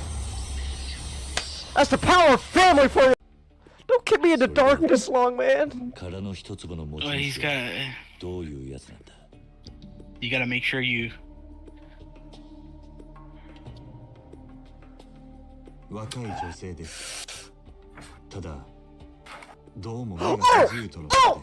let's go! Let's go! I called it! Yeah! That's right! I fucking called it! Let's go! Makoto's the owner of the empty lot! Oh, Oh, that's... Yeah, let's go! I called it! Oh, that feels good. That's vindication right there. Holy shit. Fucking called it. Let's go. That long pause before he starts. You can, Yeah, we're gonna lose. You see the image, you can hear it. Oh, we won! Oh! Oh! Oh! Oh! There truly is a god. Man, Chang has experienced high tide. He made me experience high tide, man.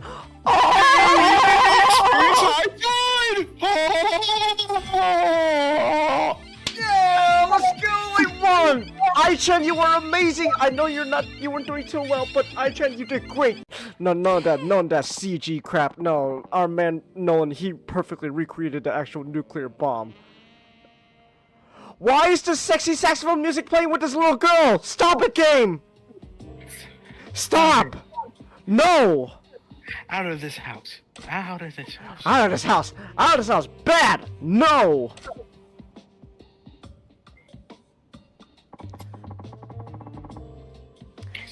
Could you give him the most important thing? Little girl? No. She's gonna give No. No, you're I know it's the car, but still though, it's like with the sexy saxophone music going on, it's like, no. No. No. Oh, wait. Here you go. What a pain. You alright, lady? This is gonna get ugly, so you should take a step back. Thank you.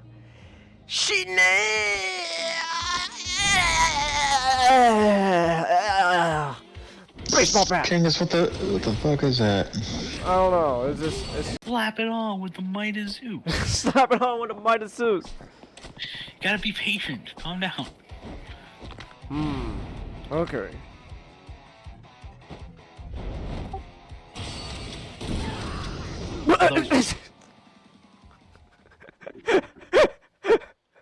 I just brought up the gun and they went flying. Just, oh yeah, you want to deal with us? We'll see about that. Just bring out the gun.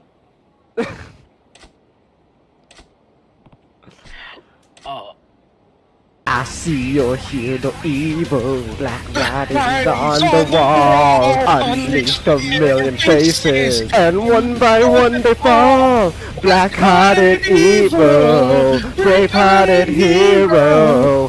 I am all I am, all I am. I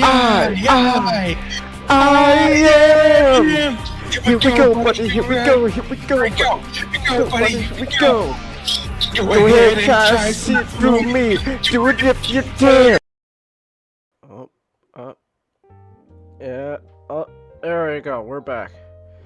Alright. Yeah, sorry it took so long. Alright. Oh, Magic left. Oh, that's a shame. Alright then. Alright. I dropped the water. There it is. Alright. Okay. Alright, I am back. Welcome back, Chelsea. I am glad to be back. Alrighty. Okay.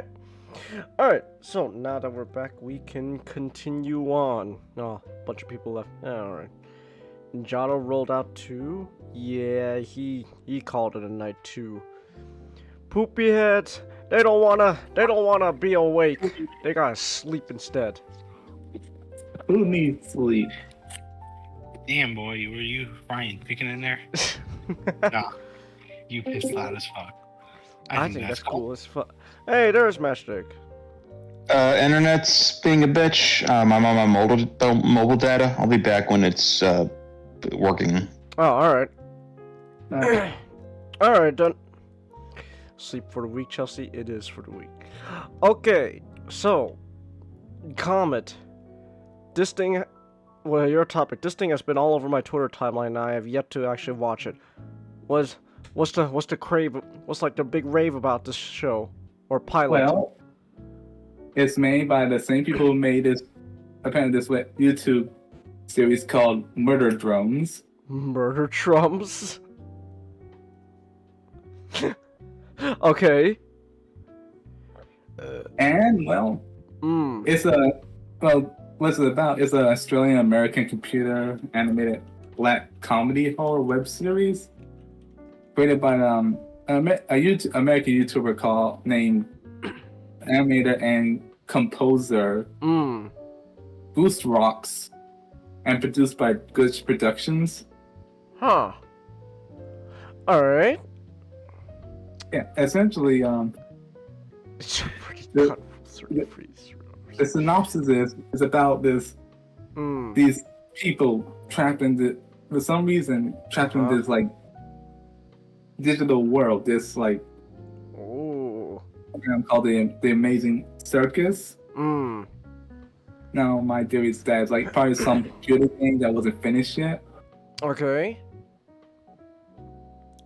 And our main character is a 25 young woman named who, well, when you get into the story, you forget your name. Okay. You make a new one. And Alright. the main character got her name is the newest addition to the cast. And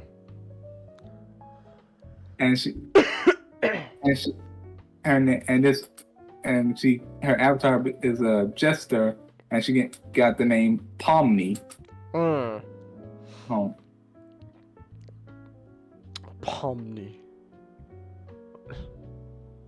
And she like okay. The best way she's an anxiety ball. She's a ball of anxiety. Anxiety. Wait a second. No, Because like she went to, it's kind of funny watching her go through like denial before acceptance, then insanity. Well, slight going a little crazy. So she's crazy. Well, not yet. So she just essentially at the end of it, she's still trying to. She accepted it a little bit more, but she's still trying to process it all. Okay. Now she's not alone in this. There's other characters like Jax. He's that the best way, he's a lovable asshole. Huh. All right. I mean, look at him. Which one is he? The bunny. Bunny. Oh, sorry. Look at that. Oh. All right. And we got other cat. Other, then you have like Ragada, the she looked like a doll. The little rag dolls. Oh, okay. Like Raggedy Ann and Andy. Gaggle. Gaggle. Ooh. Yeah. A humanoid ribbon with a theater mask. Oh, okay. She's a little depressed. Huh. Not depressed, no, not like a little introverted, sad. Then we have Kanger. Okay. Who's just like a king chess piece with eyeballs. Huh. He's been there the longest, apparently. Oh, okay. And you can tell. Oh, is he the one who's crazy? Yes. All right. And then you have Zubul, who's just done with it all. All right. The Hey, board. Nick's here. Yay. Yay. Yeah. And we had another one called Kumfi, who didn't appear to the end, but something bad. Yeah, but something bad happened to him. Okay. Yeah. And the one who now this world. World they're trapped in is pretty much is under control of this Ringmaster Dean character named Kane. Kane. Huh. And Alright. with his assistant, Oh, the Jaws. Okay. with his assistant Bubbles. Bubbles. It's just a Bubbles, bubble. It's just a bubble. Now, it's about Kane there. He's not malicious. Okay. At least he just doesn't know much about humans. Because the theory goes that he's an AI program. Huh. And this will likely, the world they're trapped in is likely a kids game. Okay. And his program is to keep the kids entertained. And the thing he does is that in this world, in this scenario, you want it's very easy to go insane. It's better for you to go insane. Oh. It's so easy. Oh, easy. Okay. Yes. And when you do go insane, when you go, when you reach your breaking point, you get this thing called abstract. You get abstracted. Okay. Essentially, like the physical manifestation of your insanity. Huh. You know, it's like the no way, the point of no return. That happened to Kofi. Huh. He went insane trying to look for an exit. Oh, okay. Which brings us to one. Now, and I'm gonna try not to spoil too much because it's still fresh and the pilot's still up on YouTube. But yeah, this is what happened to Kofi. Alright, let me see. Who the clown now? He turned into that. Oh, and Eldritch Abomination, let's go. Yeah, when they went in this room, it was like one big Shining reference, where there's like the only thing written all over the walls were exit and no way out. No beer or donuts makes homework go crazy. Yeah, that's pretty much what happened. All right. Now? I'll try to keep spoilers free as much as possible. But I kind of one thing, and you can see like Pomni went through this manifestation a little bit. Pomni side? When she found what she thought was the exit. Okay. It turned out wasn't. It was something else at the end. She right. you know how like you keep going to the door, but you keep going to the same room over and over again. Okay. She went kind of cray, and you see her when she went You're kind of explaining the whole thing. Oh, sorry. Oh, shit. That's what you saw the DM, right? What DM? What you say? I DM'd him. Oh. All right. So, why exactly is like this like the big talk going on online? Like, what's so special about this show? Indie animation. It's been 3D animation.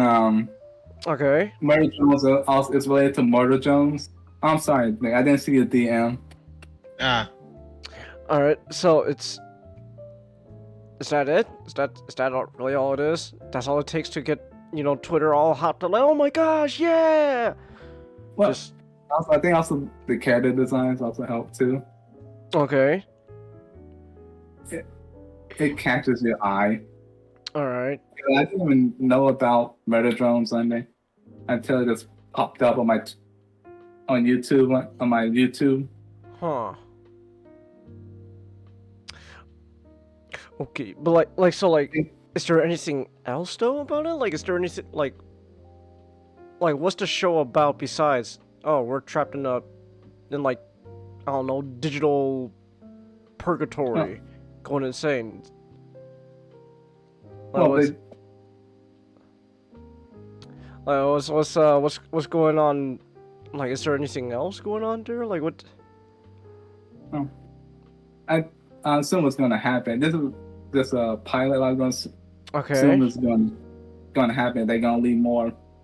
They already left some hints in the pilot, but they're going to leave more as they go on more adventures. Huh. Which, trying to keep them. It's like, do people just like find these characters like what's the term? Like, do they just find themselves like liking these characters? Is that it? Like, are they like fun? Yeah. Okay. Yeah, pretty much. you know. All right. Yeah, characters. Yeah, pretty much like it. Honestly, the characters really, like I said, they carried it. Okay. Carried the show. Now, if it's going to get a continuation, that's another question. Well, based on what I'm seeing, seems like people want a continuation. Just, yeah. At the same time, people. Well, sorry. No, go ahead. That has my hotel, but how long that take for another episode? How long did that take for another episode to come out?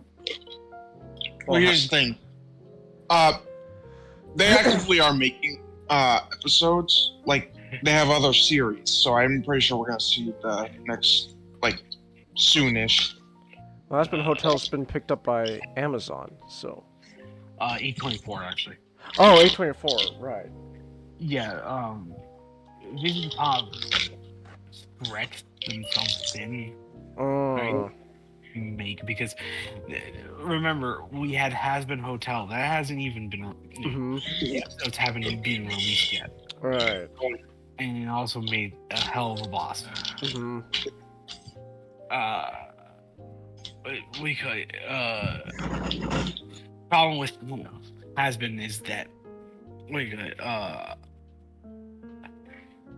like the end trying to Vizzy's trying to be ambitious. But yeah, fine on that, but that's eventually when they came to trying to shop it around to major places. Like, and finally they got A24 to help try to give throw some money and bring in some eyes. Okay. Alright. Well, this animated property, specifically Digital Circus, like, is there anything else going on about it that people like? Like, or is it just simply ooh, quirky characters, let's like blow it up? Is that it? Well, I won't say that's it. It also there's a bit of they didn't answer all the questions people have. Okay. They keep like no, but like is there like anything like deeper going on, or no? Just ooh, there's quirky characters in the animation. Oh, there's a mystery going on. Like how everybody, because we didn't see how they end up. And then in the first place, or get any context what's going on, and they all of them don't remember. Now they know it's not like they weren't. They know they weren't supposed to be. They weren't natives. But they don't exactly know what's going on. How they got there. Right. So there's a mystery aspect that people like, okay. Yeah. Is that it?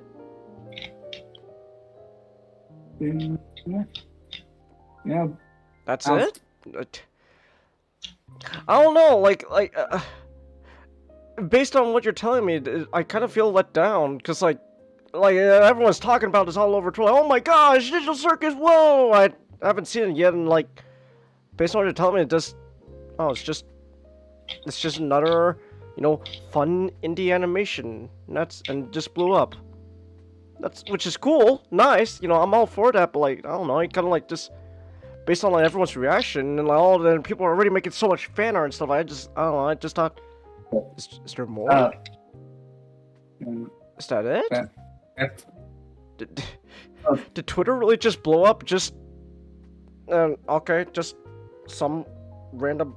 I'm going off of the fact that I haven't seen it yet. Like maybe if I actually watched the pilot, then hey, okay, now I'll change my life. I'm like, okay, I get it now. I get it now. I'll be like Danny DeVito. But like, as of right now, I just feel kind of just, oh, that's it, huh? Like, I don't know. Based on everything I've heard so far, it just doesn't really. I don't know. I don't really feel compelled to. It doesn't really make me go, yes, I gotta watch this right now. It just makes me go, oh, that's it. I guess I'll watch it like on my spare time, but okay. That's fair. Oh, just because of everyone's reaction to this thing, I just expected more. I think it's also familiar voice actors, like the guy who did the spider demon, and has been like the original pilot is in this. Okay, so you got some crossover. Okay. And the main Tommy's voice actor was in JoJo. Okay. Okay, so there we go. Okay, so there's some big names behind it. All right. Yeah. She played the stuttering girl in Chainsaw Man. Okay. Okay, so you got some names behind this. All right.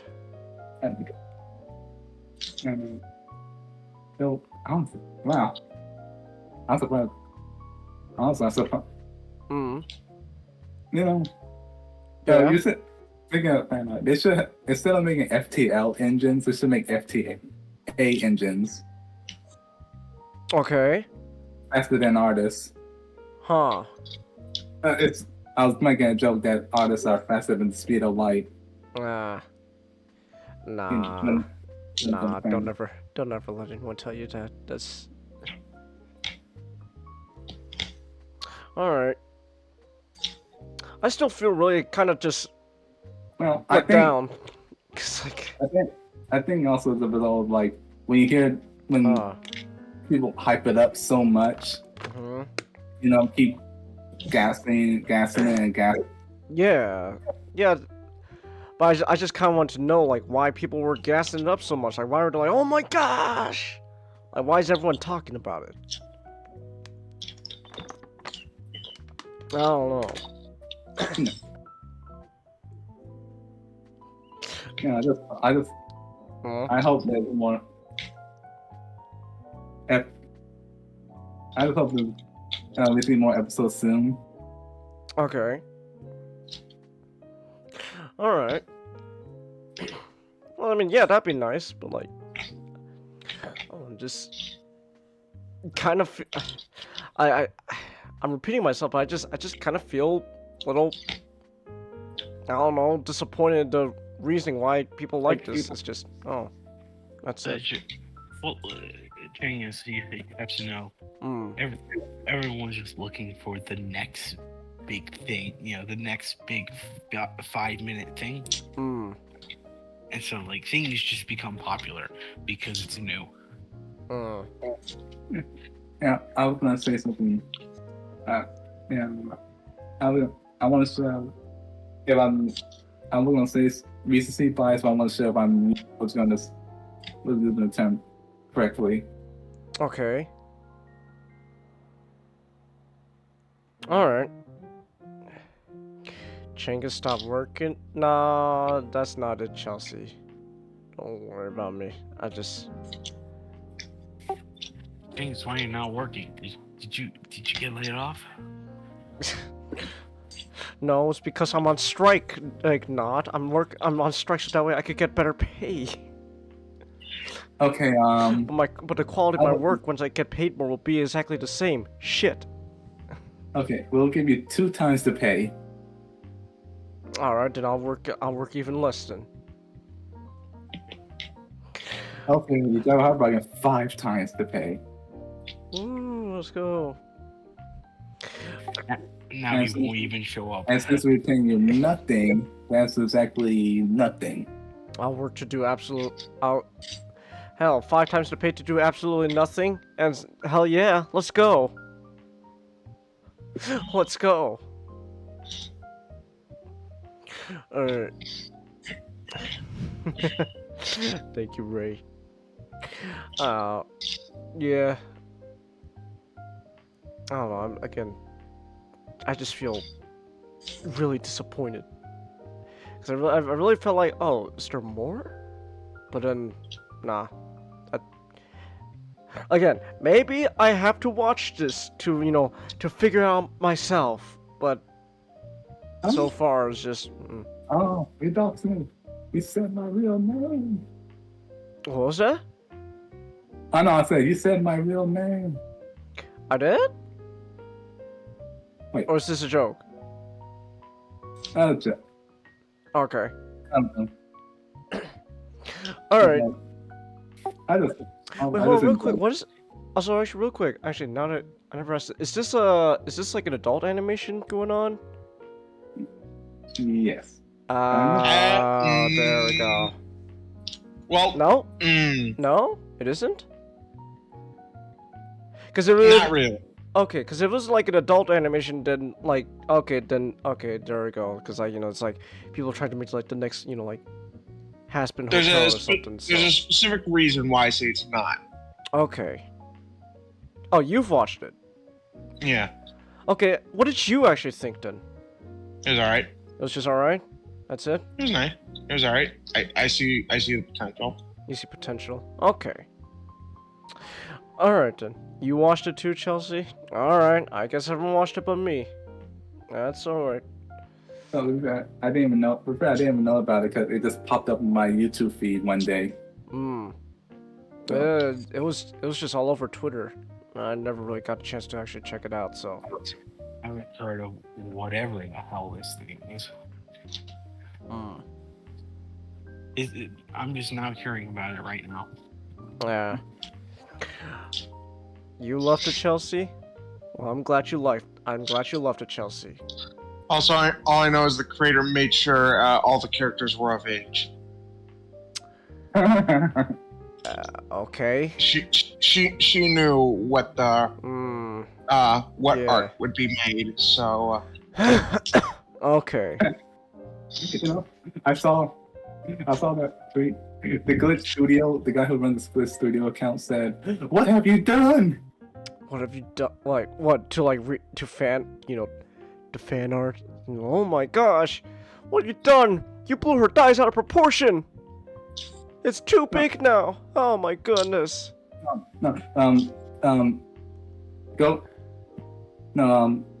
Grutis Twitter account said yes. I don't know their Twitter account. Yeah, they said they're of age, and the Glitch Studios were like, "You fool! What have you done?" Do I just look up Glitch Studios? Is that it? On Twitter? Is that what? Glitch Productions? Is that what it is? Yeah.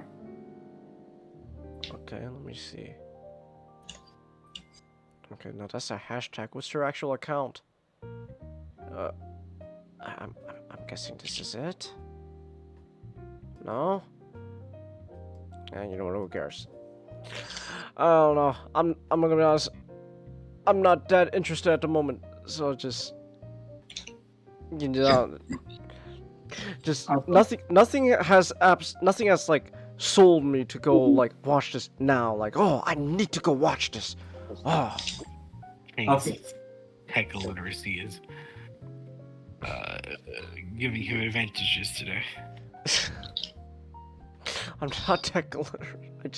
I just don't really have the interest to look this up any further. I think this is probably going to destroy my vocal cords, but I might as well just say it. Alright. I will not allow cilantro in this space. The spice is here. We have to become real big, and I want no part of it. Oh, Chelsea DM'd me the pilot. Alright, I guess I'm not gonna actually watch it. I'm gonna actually go in like the description and like check like their socials, I guess. Why not? Nick, you will not prevent me from being a Roy Rogers in this household.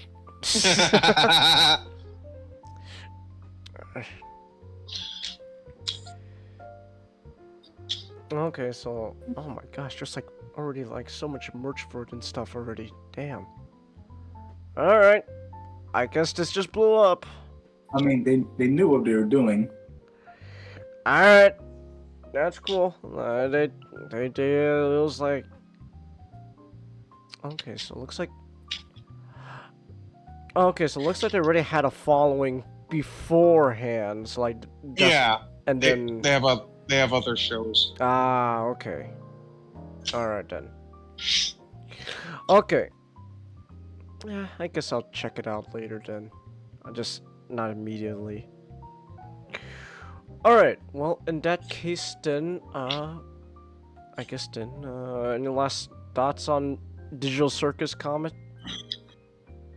You know, watch it. Let me know. Just give it a try, and I hope it. I just hope it remains entertaining. Okay. If I'm going. All right then. All right then. Well, in that case, then we can move forward. Now, speaking of shows, Mr. Not the Last One. Whoa, hold on real quick. Next PNG got all screwed up. What's going on there? Whoa. Hold on, let me fix you, Nick. What's going on with you? There we go. Alright, you're fixed now. They got marketable plushies, Chelsea? Yeah, that's another way. So, Not the Last One. Please tell me there's even more interesting reasons to watch this show besides David Lynch. Thing is, yes. This is my favorite television show of all time. Really? Yes. Okay. So, Twin Peaks is a 1991. But hold on, I need to know: is it better than Futurama?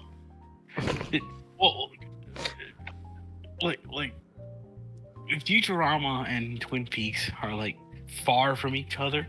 I want to love it. Not in quality, but just like it's hard to compare the two because like, apples and oranges. Yeah, like Futurama. You know, Futurama I think is really high up there. But like, I love how he left. He just left. It'd be funny if he actually just remains like this until it's his time to talk. Oh no, there he is. Xenonic, Futurama will still be number one. Good.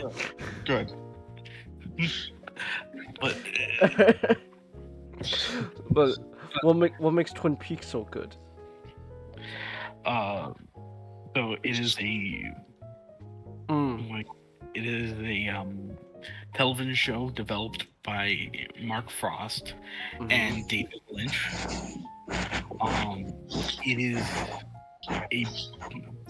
is about the titular town, the fictional Twin Peaks in the state of Washington, which is a 5 miles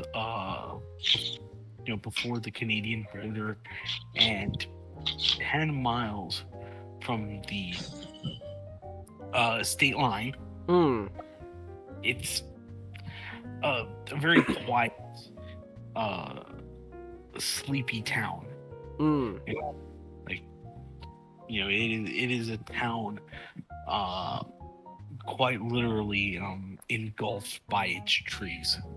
It's just like a few noticeable, noticeable places. But the only near, quote unquote, nearest city between this and to Canada is Seattle.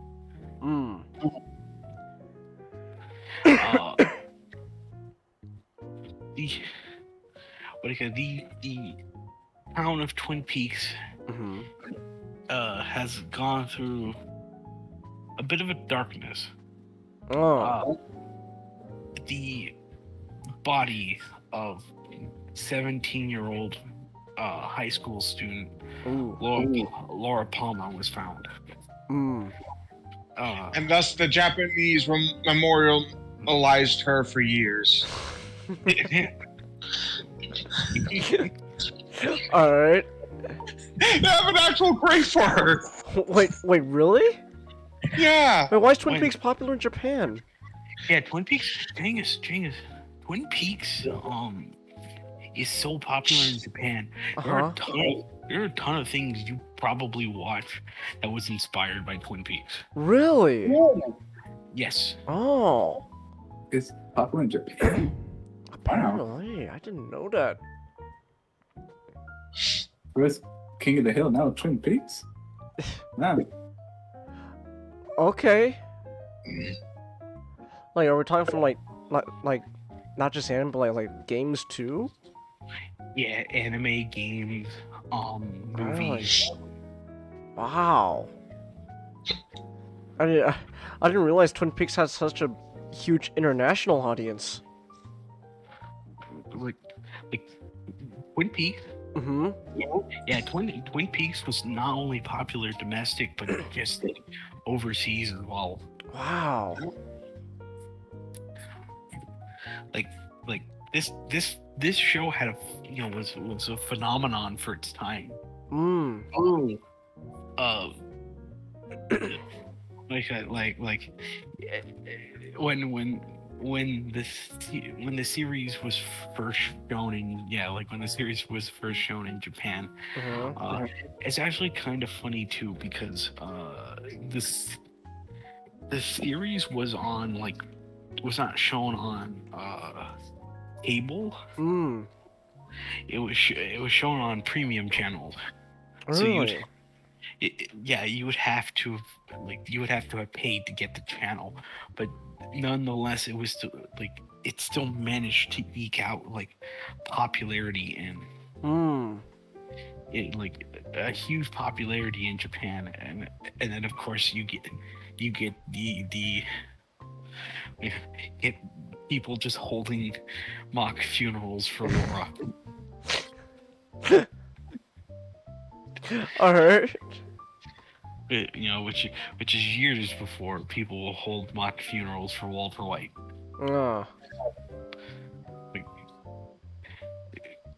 People are weird. Yeah.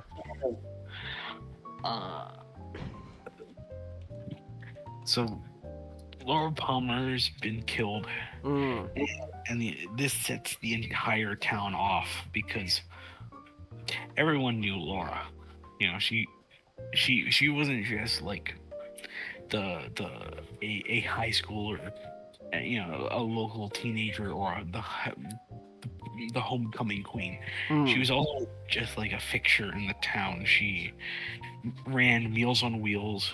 She helped tutor two of important people in Twin Peaks, and everyone just loved Laura. So it's like her death comes at a surprise and a troubling, of course, it was a troubling mystery. In walks one special agent Dale Cooper.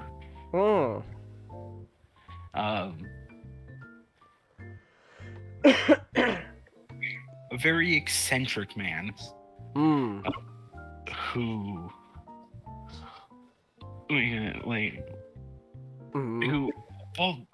above anything else he may say, coming out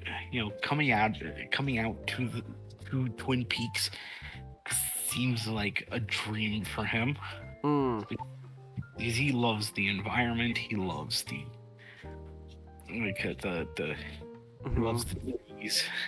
The first thing he did when he came into town was ask people what trees, what was the type of trees that were out there.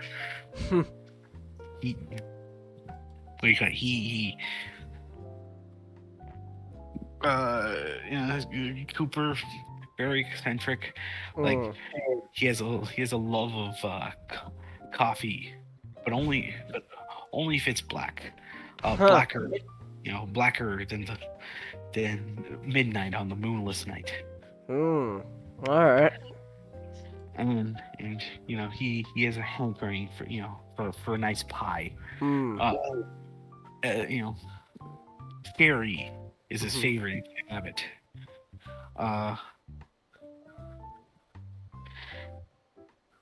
And one thing I want to mention about Coop is he's my favorite example of the he's my favorite example of like the hero. Okay. In fiction. All right. Because Coop, he's almost like sort of he's as much of a Boy Scout as like Superman is. He's like this, even though like can be a bit weird, he practices Buddhism because one night while he was dreaming, like he dreamed of the of China taking over Tibet.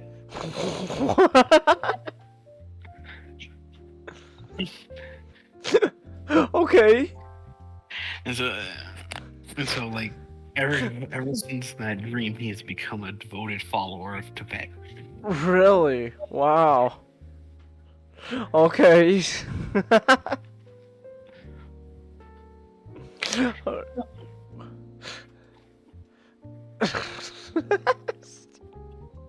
Okay.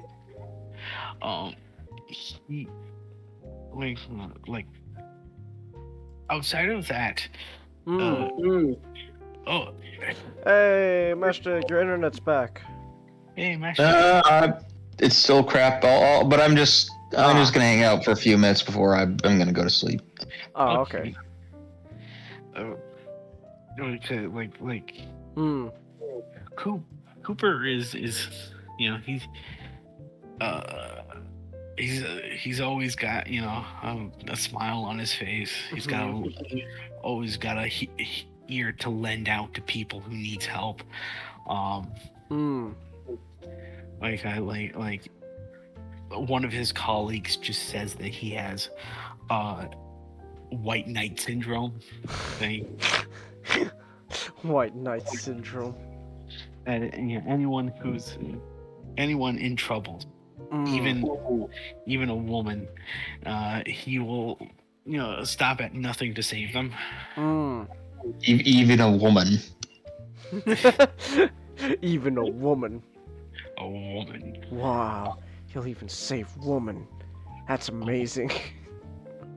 It's pretty funny. It's pretty funny to think like Cooper is portrayed as as an FBI agent in this day and age. He's my favorite Fed. He's my favorite Fed. He's one of the good ones. He's one of the good ones. Alright. My God, like as he gets into the town, Cooper gets to meet a lot of the eccentric oddballs and normal everyday Joes that happens. Twin Peaks. Okay. He meets with Sheriff Harry S. Truman. Yes, he is named after the president. Sheriff Truman. Alright. there's one president to name yourself after, Harry S. Truman isn't it? Harry S. Truman isn't a bad one. All right, so you meet Sheriff Truman, not President Truman. Meets Sheriff Truman, who very much is the straight man of the show, because it's like, as ever since they first met, what do you call it? Cooper will say something odd or will do something odd. Okay. Harry will find it odd. But otherwise, he's kind of okay with it. He's kind of cool with it. Alright. It's like, very early on, like, Cooper had to say, like, he had to tell Harry, that, it's protocol that if, the federal police were to, take over the investigation, they would be the ones in charge. But Truman just repeats what he tells him the first time. I was like, no, we're just happy to see, happy to have you here. Oh, okay. Oh my gosh, a Fed! At last! There'd be a point where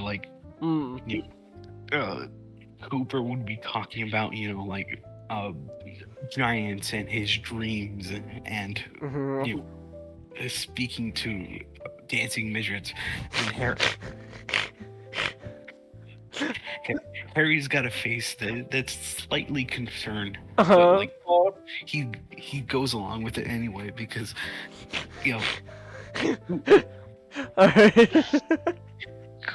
Coop's, Coop, despite everything, he kind of knows what he's doing. Alright. He's very competent. So there's never throughout the entire show where they just fight over anything. They have one conflict. It's not even really a conflict. Okay. They just become the best buddies of this entire show. My best friend, the Fed. The strange Buddhist Fed who speaks about his dreams and loves drinking abnormal amounts of coffee. Alright. Along in the police station, there's Hawk, the Deputy Hawk, and he's also sort of the straight man, where he'll also talk to about a ton of the when kind of talks about sort of supernatural element, he sort of chimes in because he's Native American, and he's he understands what Cooper's talking about, because he can relate to the folklore he heard about as a child, and he's an expert tracker. And then we have Andy, who bless his heart, he's somewhat of a dimwit, but he's got a ton of heart. Okay. Anyway, he cries at crime scenes. Alright. But he's still really reliable. Okay. Cries at crime scenes. And you also got Lucy, the dispatcher and receptionist. Okay. Who has a habit of just over talking. It's just like, you know, like just you know, just like speaking more than she should. The town. We get to learn more about the town and the many people who live in it. Most importantly,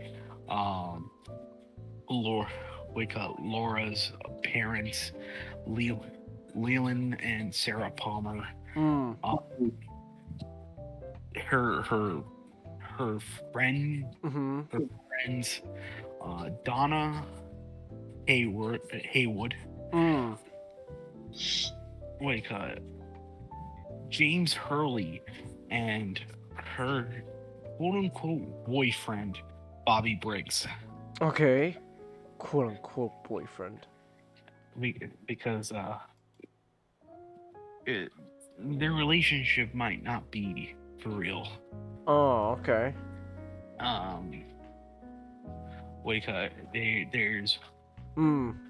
There's the show also likes tackling characters who aren't really related to Laura, but have some, you know, they have some like have some relations to the case. There's James's uncle Big Ed. Big Ed. Who owns the local gas station, along with his one-eyed wife, Nadine. One-eyed wife.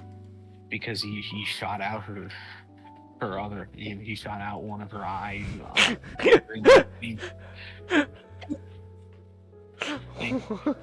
Okay. Nadine. First time you ever meet her, she's just really excited about, you know, the drapes and wanting to create a silent runner.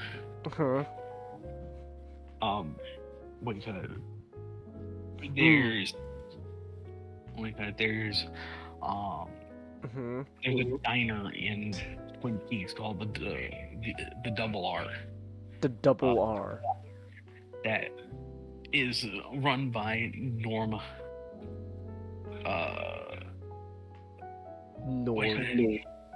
Norma Anderson. Whose husband's in prison for drug-related charges. He's also in an affair with Big Ed. Big Ed. One of her one of the employees of the Double R is Sheldon, who's also in a secret relationship with Bobby. Alright. She has an abusive husband named Leo. Oh. Who's a trucker. He's a trucker. The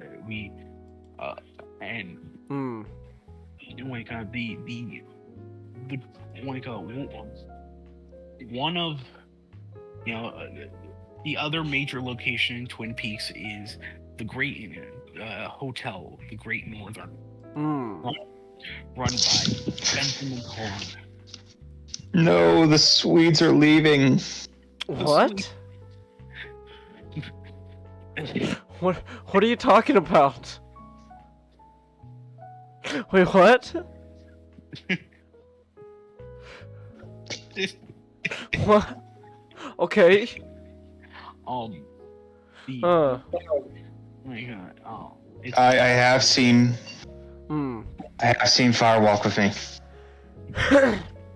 Oh. Well, part of it. Okay. Oh.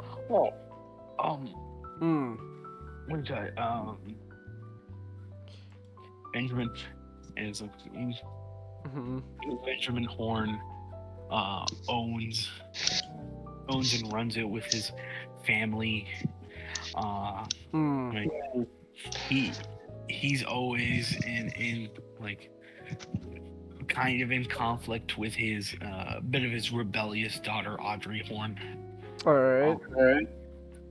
His brother Jerry, who's I want to mention right now, he's played by David Patrick Kelly, who was Luther in The Warriors. And Jerry, Ben and Jerry, they're both named after ice cream. Like Jerry is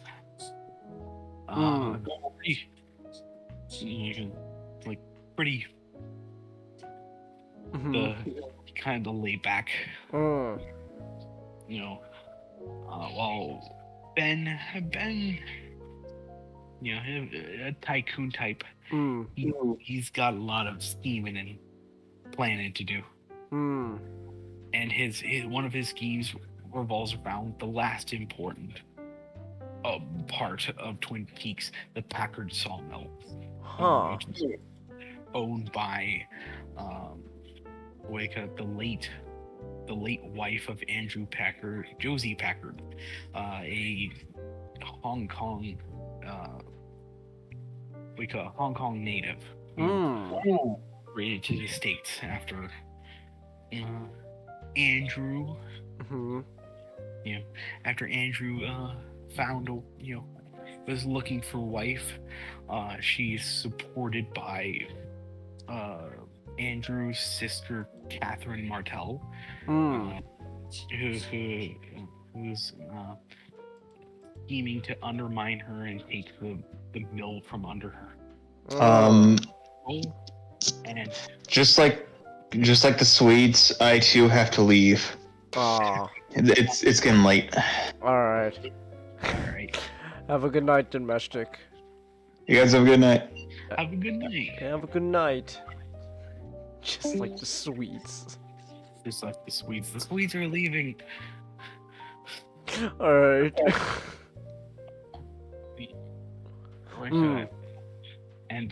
And her husband,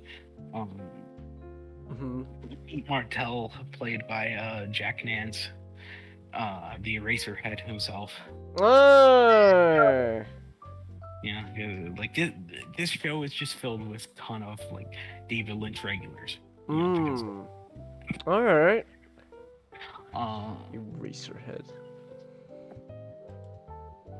All right. And then of course you get the oddballs like Margaret Lanterman, the log lady. All right. Who, she's called the log lady because she just carries around a piece of log that is imbued with the soul, imbued with like supernatural powers. That speaks, that is omniscient, and that Margaret interprets whatever the log speaks to her.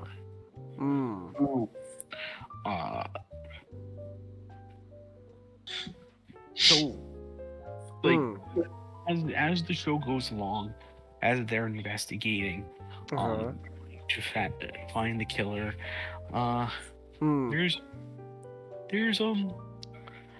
more and more things they find out. One, that Laura may not be as clean as she initially presents herself as. She may be living a very double life. Okay. And that the more and more they search within, the death of Laura, they find that it connects across multiple people who live in Twin Peaks. Interesting. So, Twin Peaks, it was created when Mark Frost and David Lynch met each other in during the production of a Marilyn Monroe biopic that ultimately shelved, Mm. but while working with each other, they just kind of formed a friendship, and so they tried to move on to a different project. It was called One Saliva Bubble, that was going to star. That was going to star Steve Martin, but that was shelved though. So a good friend between the two asked, "Hey, why don't both of you just like write like a television show?" They both didn't really like the idea, because it's like, because television at that time would mean like, they would have to go with the demands of the person. Like go with the demands of like this, the TV executives and all that stuff. And Lynch, this is post Dune Lynch. So, him having to answer to suits is not something that he's fond of doing. So but David had an idea of that, because he really loved the idea of like a woman in trouble, like kind of like the Marilyn Monroe situation, but he didn't want it to base it on, he didn't want it to be like a real event. He wanted it to be like a fictional one. And the guy persuading them mentioned, he brought up sort of David Lynch's love of Americana, his love of like much smaller towns, and to tap into a television show that was about that. Mark Frost also thought of the idea of, we could make it this Dickian, this like Charles Dickens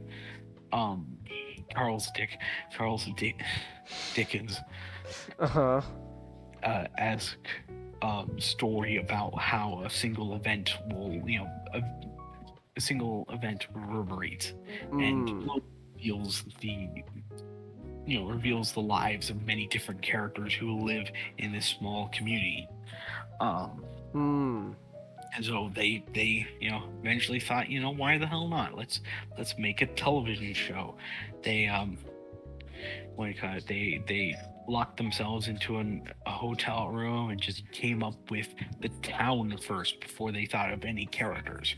Like, where everything was, where all the important things like the diner, like the Great Northern, like the sawmill, were to sort of just like set the stage as to what their fictional world was. And then they created the characters. One thing I do want to mention,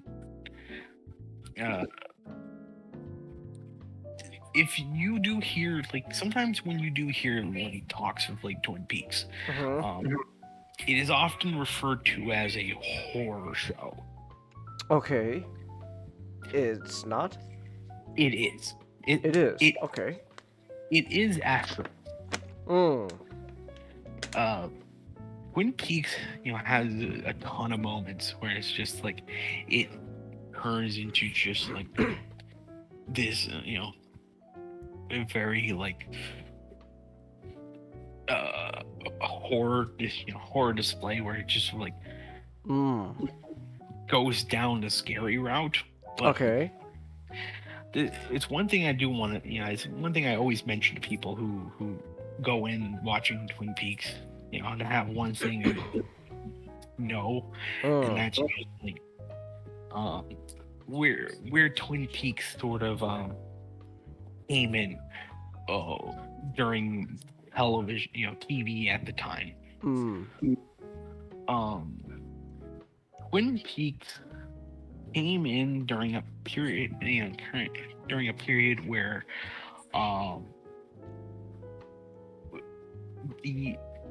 primetime soap opera was a big thing. Like throughout the 80s, you'd get like television shows like Dallas and Dynasty and Knots Landing. You know, these TV shows about like, you know, where dramas are set between family turmoil or like the longings of love and like murders and betrayals. And so like David Lynch and Mark Frost actually capitalize on that, you know, being part of that by trying to make Twin Peaks a show that used elements of soap operas. Like throughout, I mentioned before, you know, there are two characters throughout the entire show that have like affair, you know, are having secret affairs. There's you have Ben Horn, who is a tycoon businessman type who you know, very reminiscent of characters in multiple soap operas who are, you know, conniving, heartless, you know, rich men who simply want to, you know, get what they want at the cost of anyone else. And you know, like, of course, with the death of Laura, that all points to family turmoil, where Leland and Sarah essentially only ever had one child, and the loss of that child just brings them, you know, spiraling down into this melancholic pit. So like Twin Peaks, you know, and also Twin Peaks, you know, Twin Peaks likes to poke fun at the campy and melodramatic elements of soap operas. But the show is never a parody, nor is it a deconstruction of like soap operas. It's a show that, you know, I've often said wears the clothes of a soap opera as it peels them off and reveals to you kind of what it wants to be about. It's like, if you ever watched the pilot, like a lot of the things that the show is known for, you know, like the trippy supernatural elements, the horror, it's not present at first. There is a international pilot that was made, which was essentially just during the time CBS, the network that they were, you know, trying to get the support to airing the show. Said that, you know, there was all but one person who was, you know, excited, you know, who were you know, gung-ho on wanting to put it to air.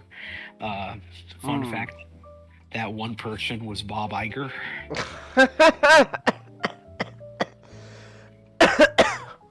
All right, Bob Iger. All right. Like and so an international pilot was made, which kind of turns the pilot episode into a TV movie where the ending has a definitive, you know, the ending of the international pilot has a definitive end where Cooper finds the killer, you know, finds everything, and you know, that's it. Twin Peaks, although, went to air, so the you know, the pilot feels very normal, but you know, there are things that keep creeping in that where it's trying to set itself apart from the normal television that was on at the time. We don't get the famous like dream sequence with like the dancing midget until like technically episode 2, although okay. The way all the episodes are structured, the pilot, because the pilot is the first thing they've ever made, but after the pilot is technically what is named episode 1. So the second ever episode of Twin Peaks is called episode 1. So okay. The third episode, which is called episode 2, has the whole dream sequence where Goop is in the red room, sitting down. He looks 25 years older, and he's watching this man who is speaking backwards.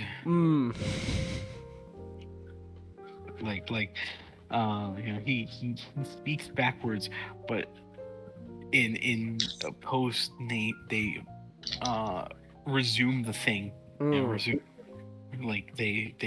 put it forward, so it's like he's speaking English.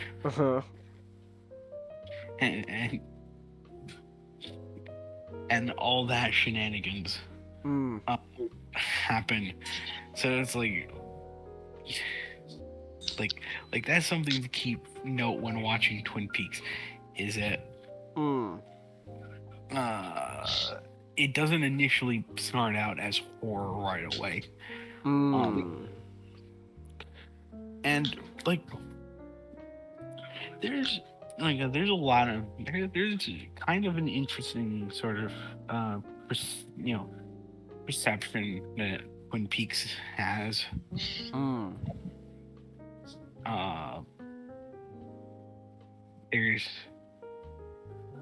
There's some people who try to say something definitive about the show, but hold that thought, Chingus. I'm messing with Cosmos right now. All I know is you got Cosmos? Yeah. Oh. You know I had Cosmos. I did. I'm sad now. Yeah, I mentioned him. You did? I mentioned him. I don't remember. I'm sad now. I want him so badly. I've had him for a while. Fuck you. I want Cosmos. I know you do. I'm hoping they re-release him soon so you can get him. He's apparently in fucking Ross? Or some shit like that? I don't know what's going on with Ross anymore. Why is he at Ross? I don't know. Anyway, Chingus. Yeah. Cosmos and Express needs to be at least just a little bit taller than Swerve.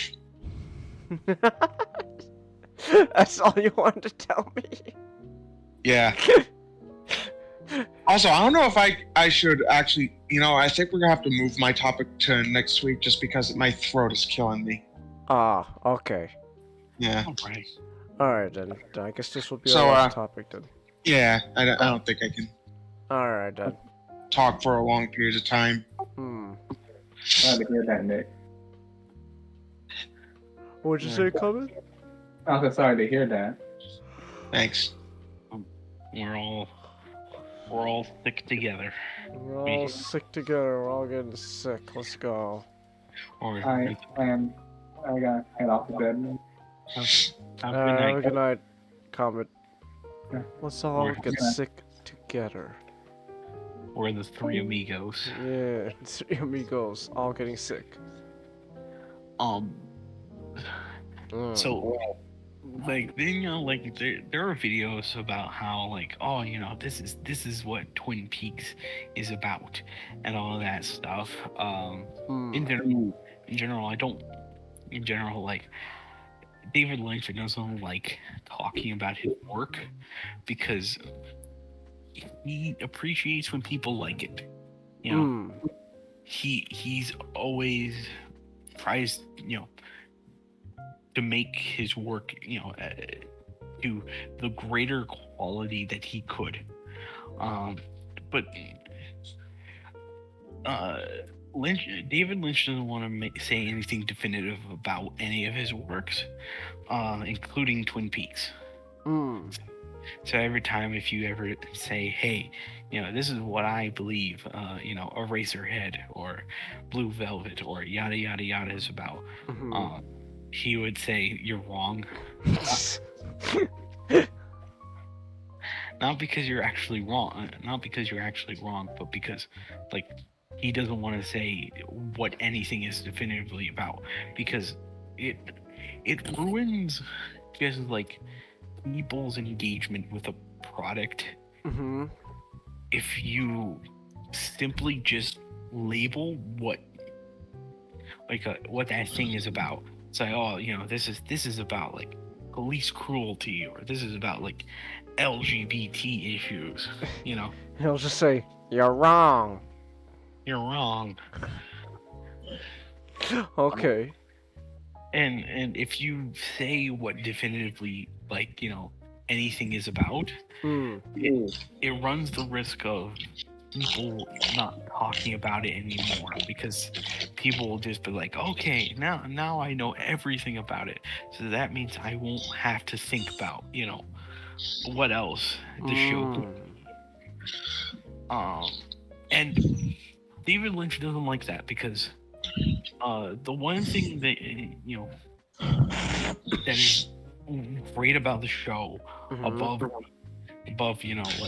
the horror elements, the comedy and all those other things, is the characters.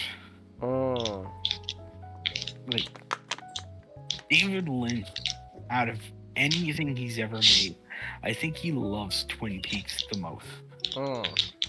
Because it always seems like, even if something happens, one thing I should mention was,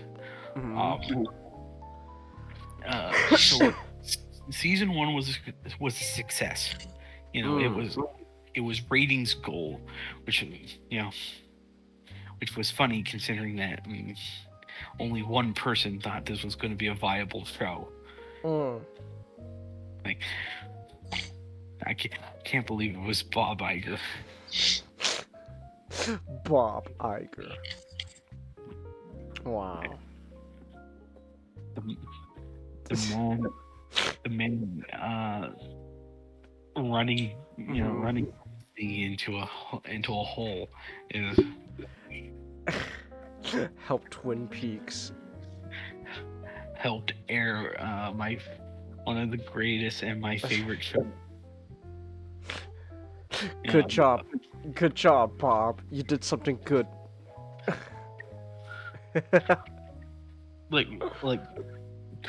Twin Peaks was enjoying rating success and acclaim from from audience and critics. And then knock knock, CBS comes in. Season 2, for season 2, so this is one myth that perpetrated throughout the entire sort of original production of the show. Was season 2 is very different from season 1, and that was because CBS came in and they told Frost and Lynch, hey, the show is popular, everyone loves it. We think that popularity is going to go away. So what we want you to do is we want you to reveal who the killer was. They weren't planning on revealing who the killer was, because the main idea of them making Twin Peaks was,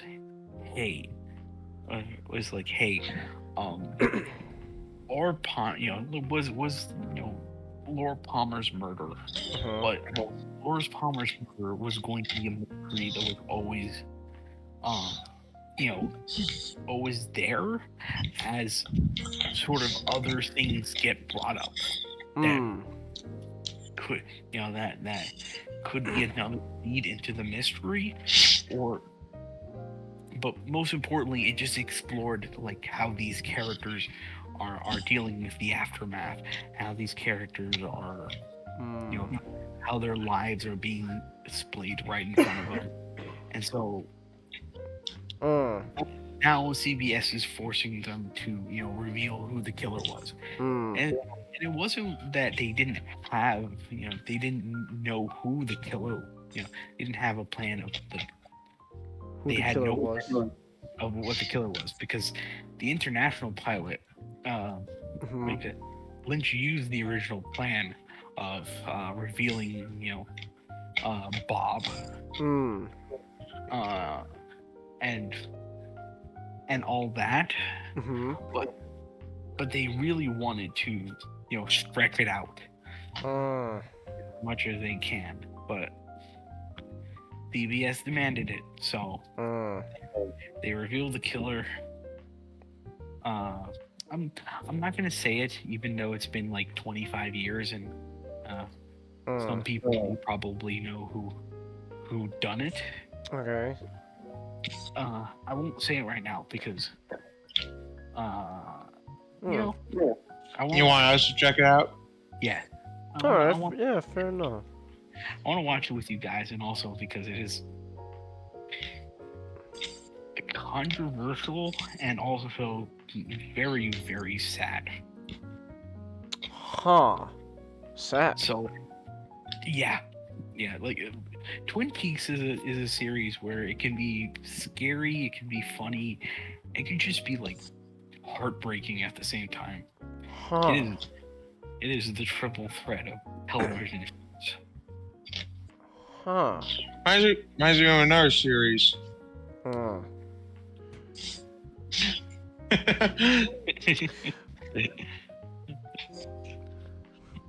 right.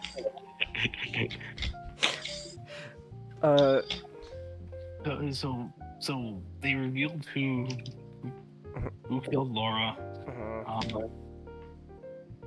Mark and Frost,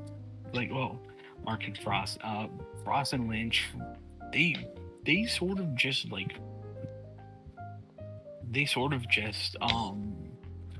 lost interest because, well, like, they're, you know, everything they planned was just down the toilet.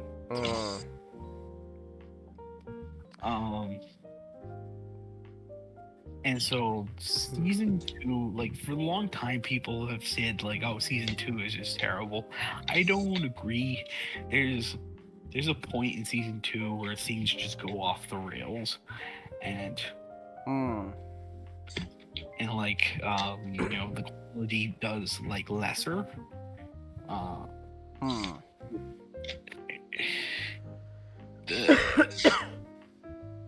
And initially a lot of that was just kind of blamed on David not caring. Like, people accused him of not caring because they said, oh, he was off doing, like, Wild at Heart while this was going on.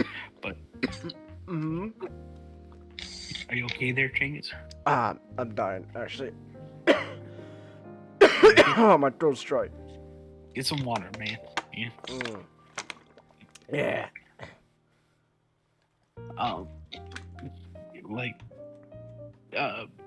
Lynch hadn't directed he directed Wild at Heart during the first season. That's why he was able to direct 2 episodes. And so he handpicked directors to sort of, like, do the 8 episodes of the first season. But by the time that, you know, the second season came around, he was done doing Wild at Heart.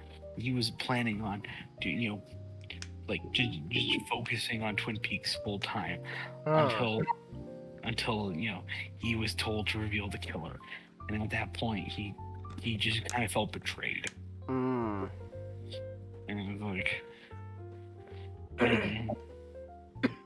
felt despondent with the series, and that's what sort of caused it to go into this weird direction with all these strange subplots.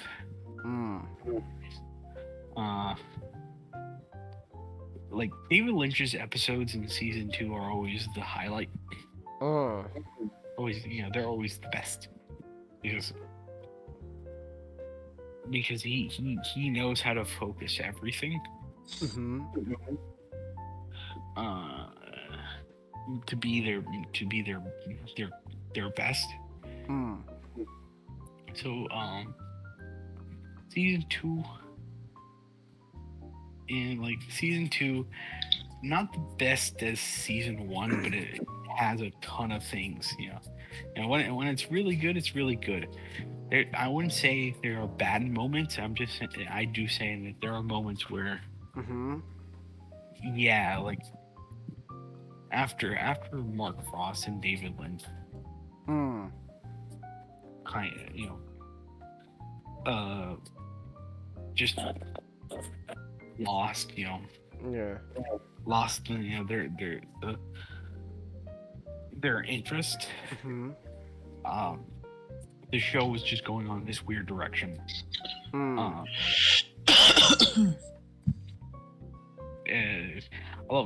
love Twin Peaks. Like I said, it's just funny. When it goes down to horror, it still kind of unnerves me. Because like how all David Lynch's works does, where it's not the type of horror where it's simply just them setting up scares. There's also just like it introduces things that are just kind of like chilling. All right.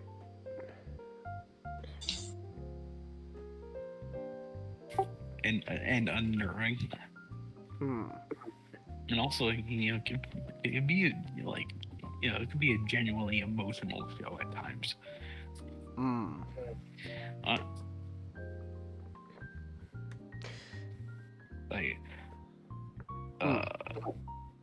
I was initially going to talk about Fire Walk with Me,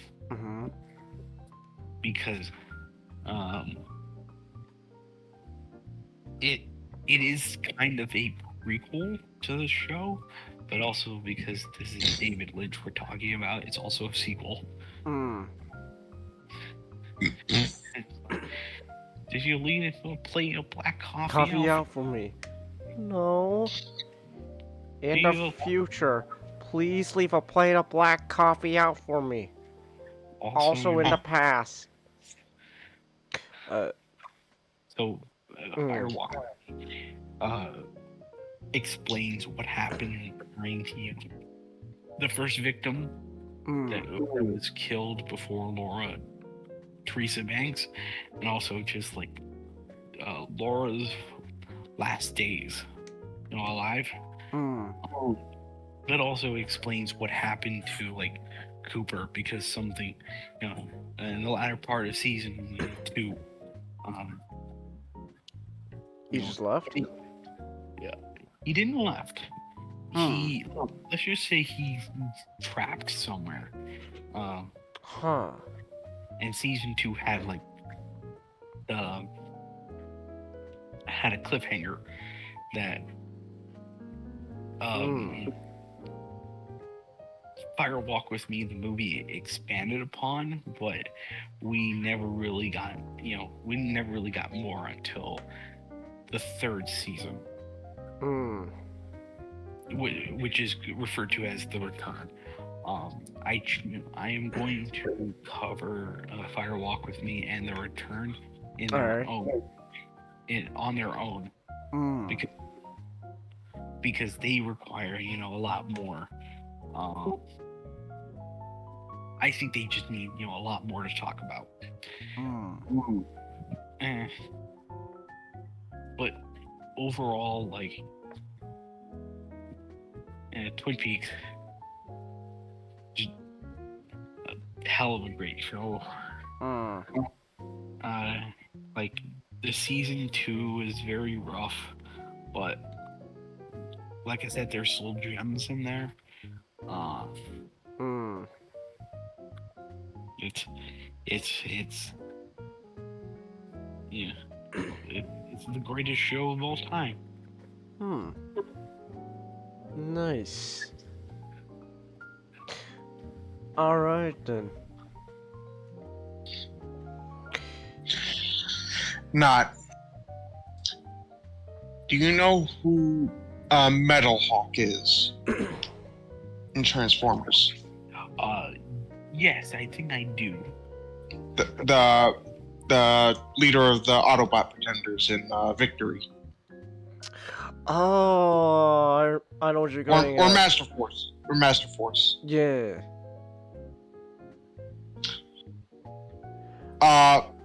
I'm pretty sure you know who Agent Simmons is. Yes. Who could forget? Who would forget John Turturro? What if I told you that there was a plan for animated season 4,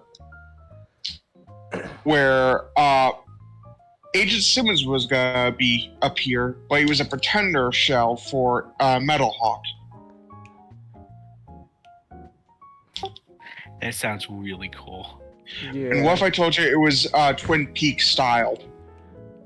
That would have been awesome. Yeah. Metal Hawk just going around. Here, Bumblebee! I brought you a present! Ah! It's a thumb. Ah!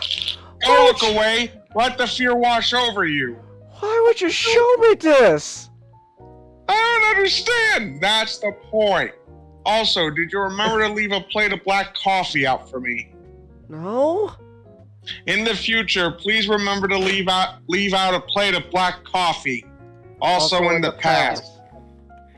Metal Hawk is going to be talking, he's going to be talking about finding leads, and the only way he can find leads is about talking about the play of Tibet.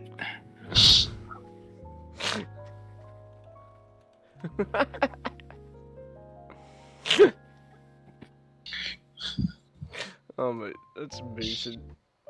What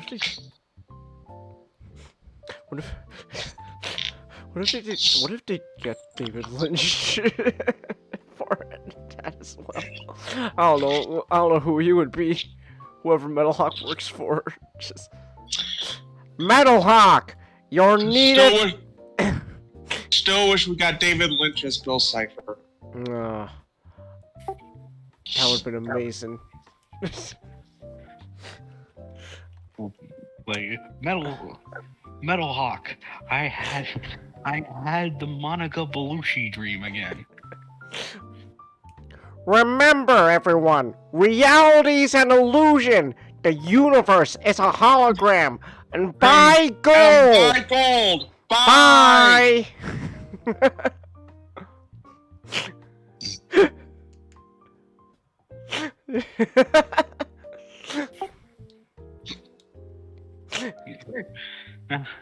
And meet us back here next time so that we can watch the Browns against the Bears. And after that's done, we get to watch. We get to see the end of this karaoke thing that no one cares about. Ah, my eye! Do you have any idea how long that takes to grow back? Wait, fuck, I'm gonna... Ow! Doodle balls! Doodle balls! Oh, fuck, I'm gonna look up a bunch of Bill Cipher quotes just to say it in David Lynch's voice. Hey, have a head that's always screaming. Ah! There we go. 25 Bill Cipher quotes. Fuck it. Just David. Pain is hilarious.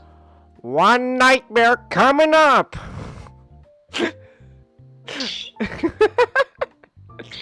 Welcome, one and all, to Weird Mageddon.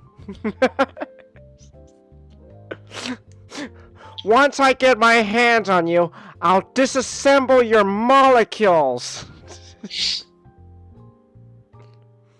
God, I wish they did get David Lynch though. That would have been amazing. Existence is upside down, and I reign supreme.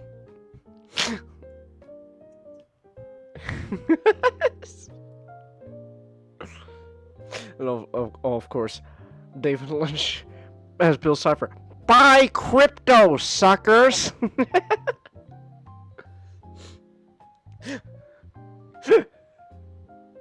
Oh my gosh. I wish. What? I forget, why couldn't they get David Lynch again? He just declined. Oh, that's a shame. Oh, man, David. I really wish he was. Oh. I really wish it was, David. But, you know the bus driver at the end of Weird Mageddon Part 2? Mm-hmm. No, I think it was Weird Mageddon 3. Like, that brought Dipper back to, back to, Twin Peaks. Yeah. He's voiced by Kyle MacLachlan. Oh. Yeah, Cooper himself. Oh. Alright. Turns out Gravity Falls is in the same world as Twin Peaks. Which probably would...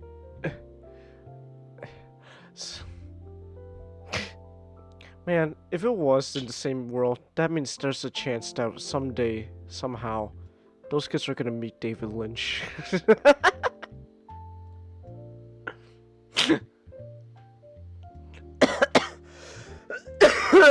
Oh gosh. Alright. Oh, excuse me. Alright then. Alright, well, I guess in that case then we can call it here. Look at that. It's another short podcast tonight. Well, somewhat short. We did have to split this stream up into 2 parts because Discord crashed. Yay! I love it when that happens. So yeah. But you know, but then because both streams are kind of, you know, small size, I could easily edit them together and like put it on YouTube. So there we go. So I'm gonna call it here, and I'm gonna take some like Mucinex or something. I don't know. I'm also hungry too. I'm probably gonna get food after this as well. So, all right.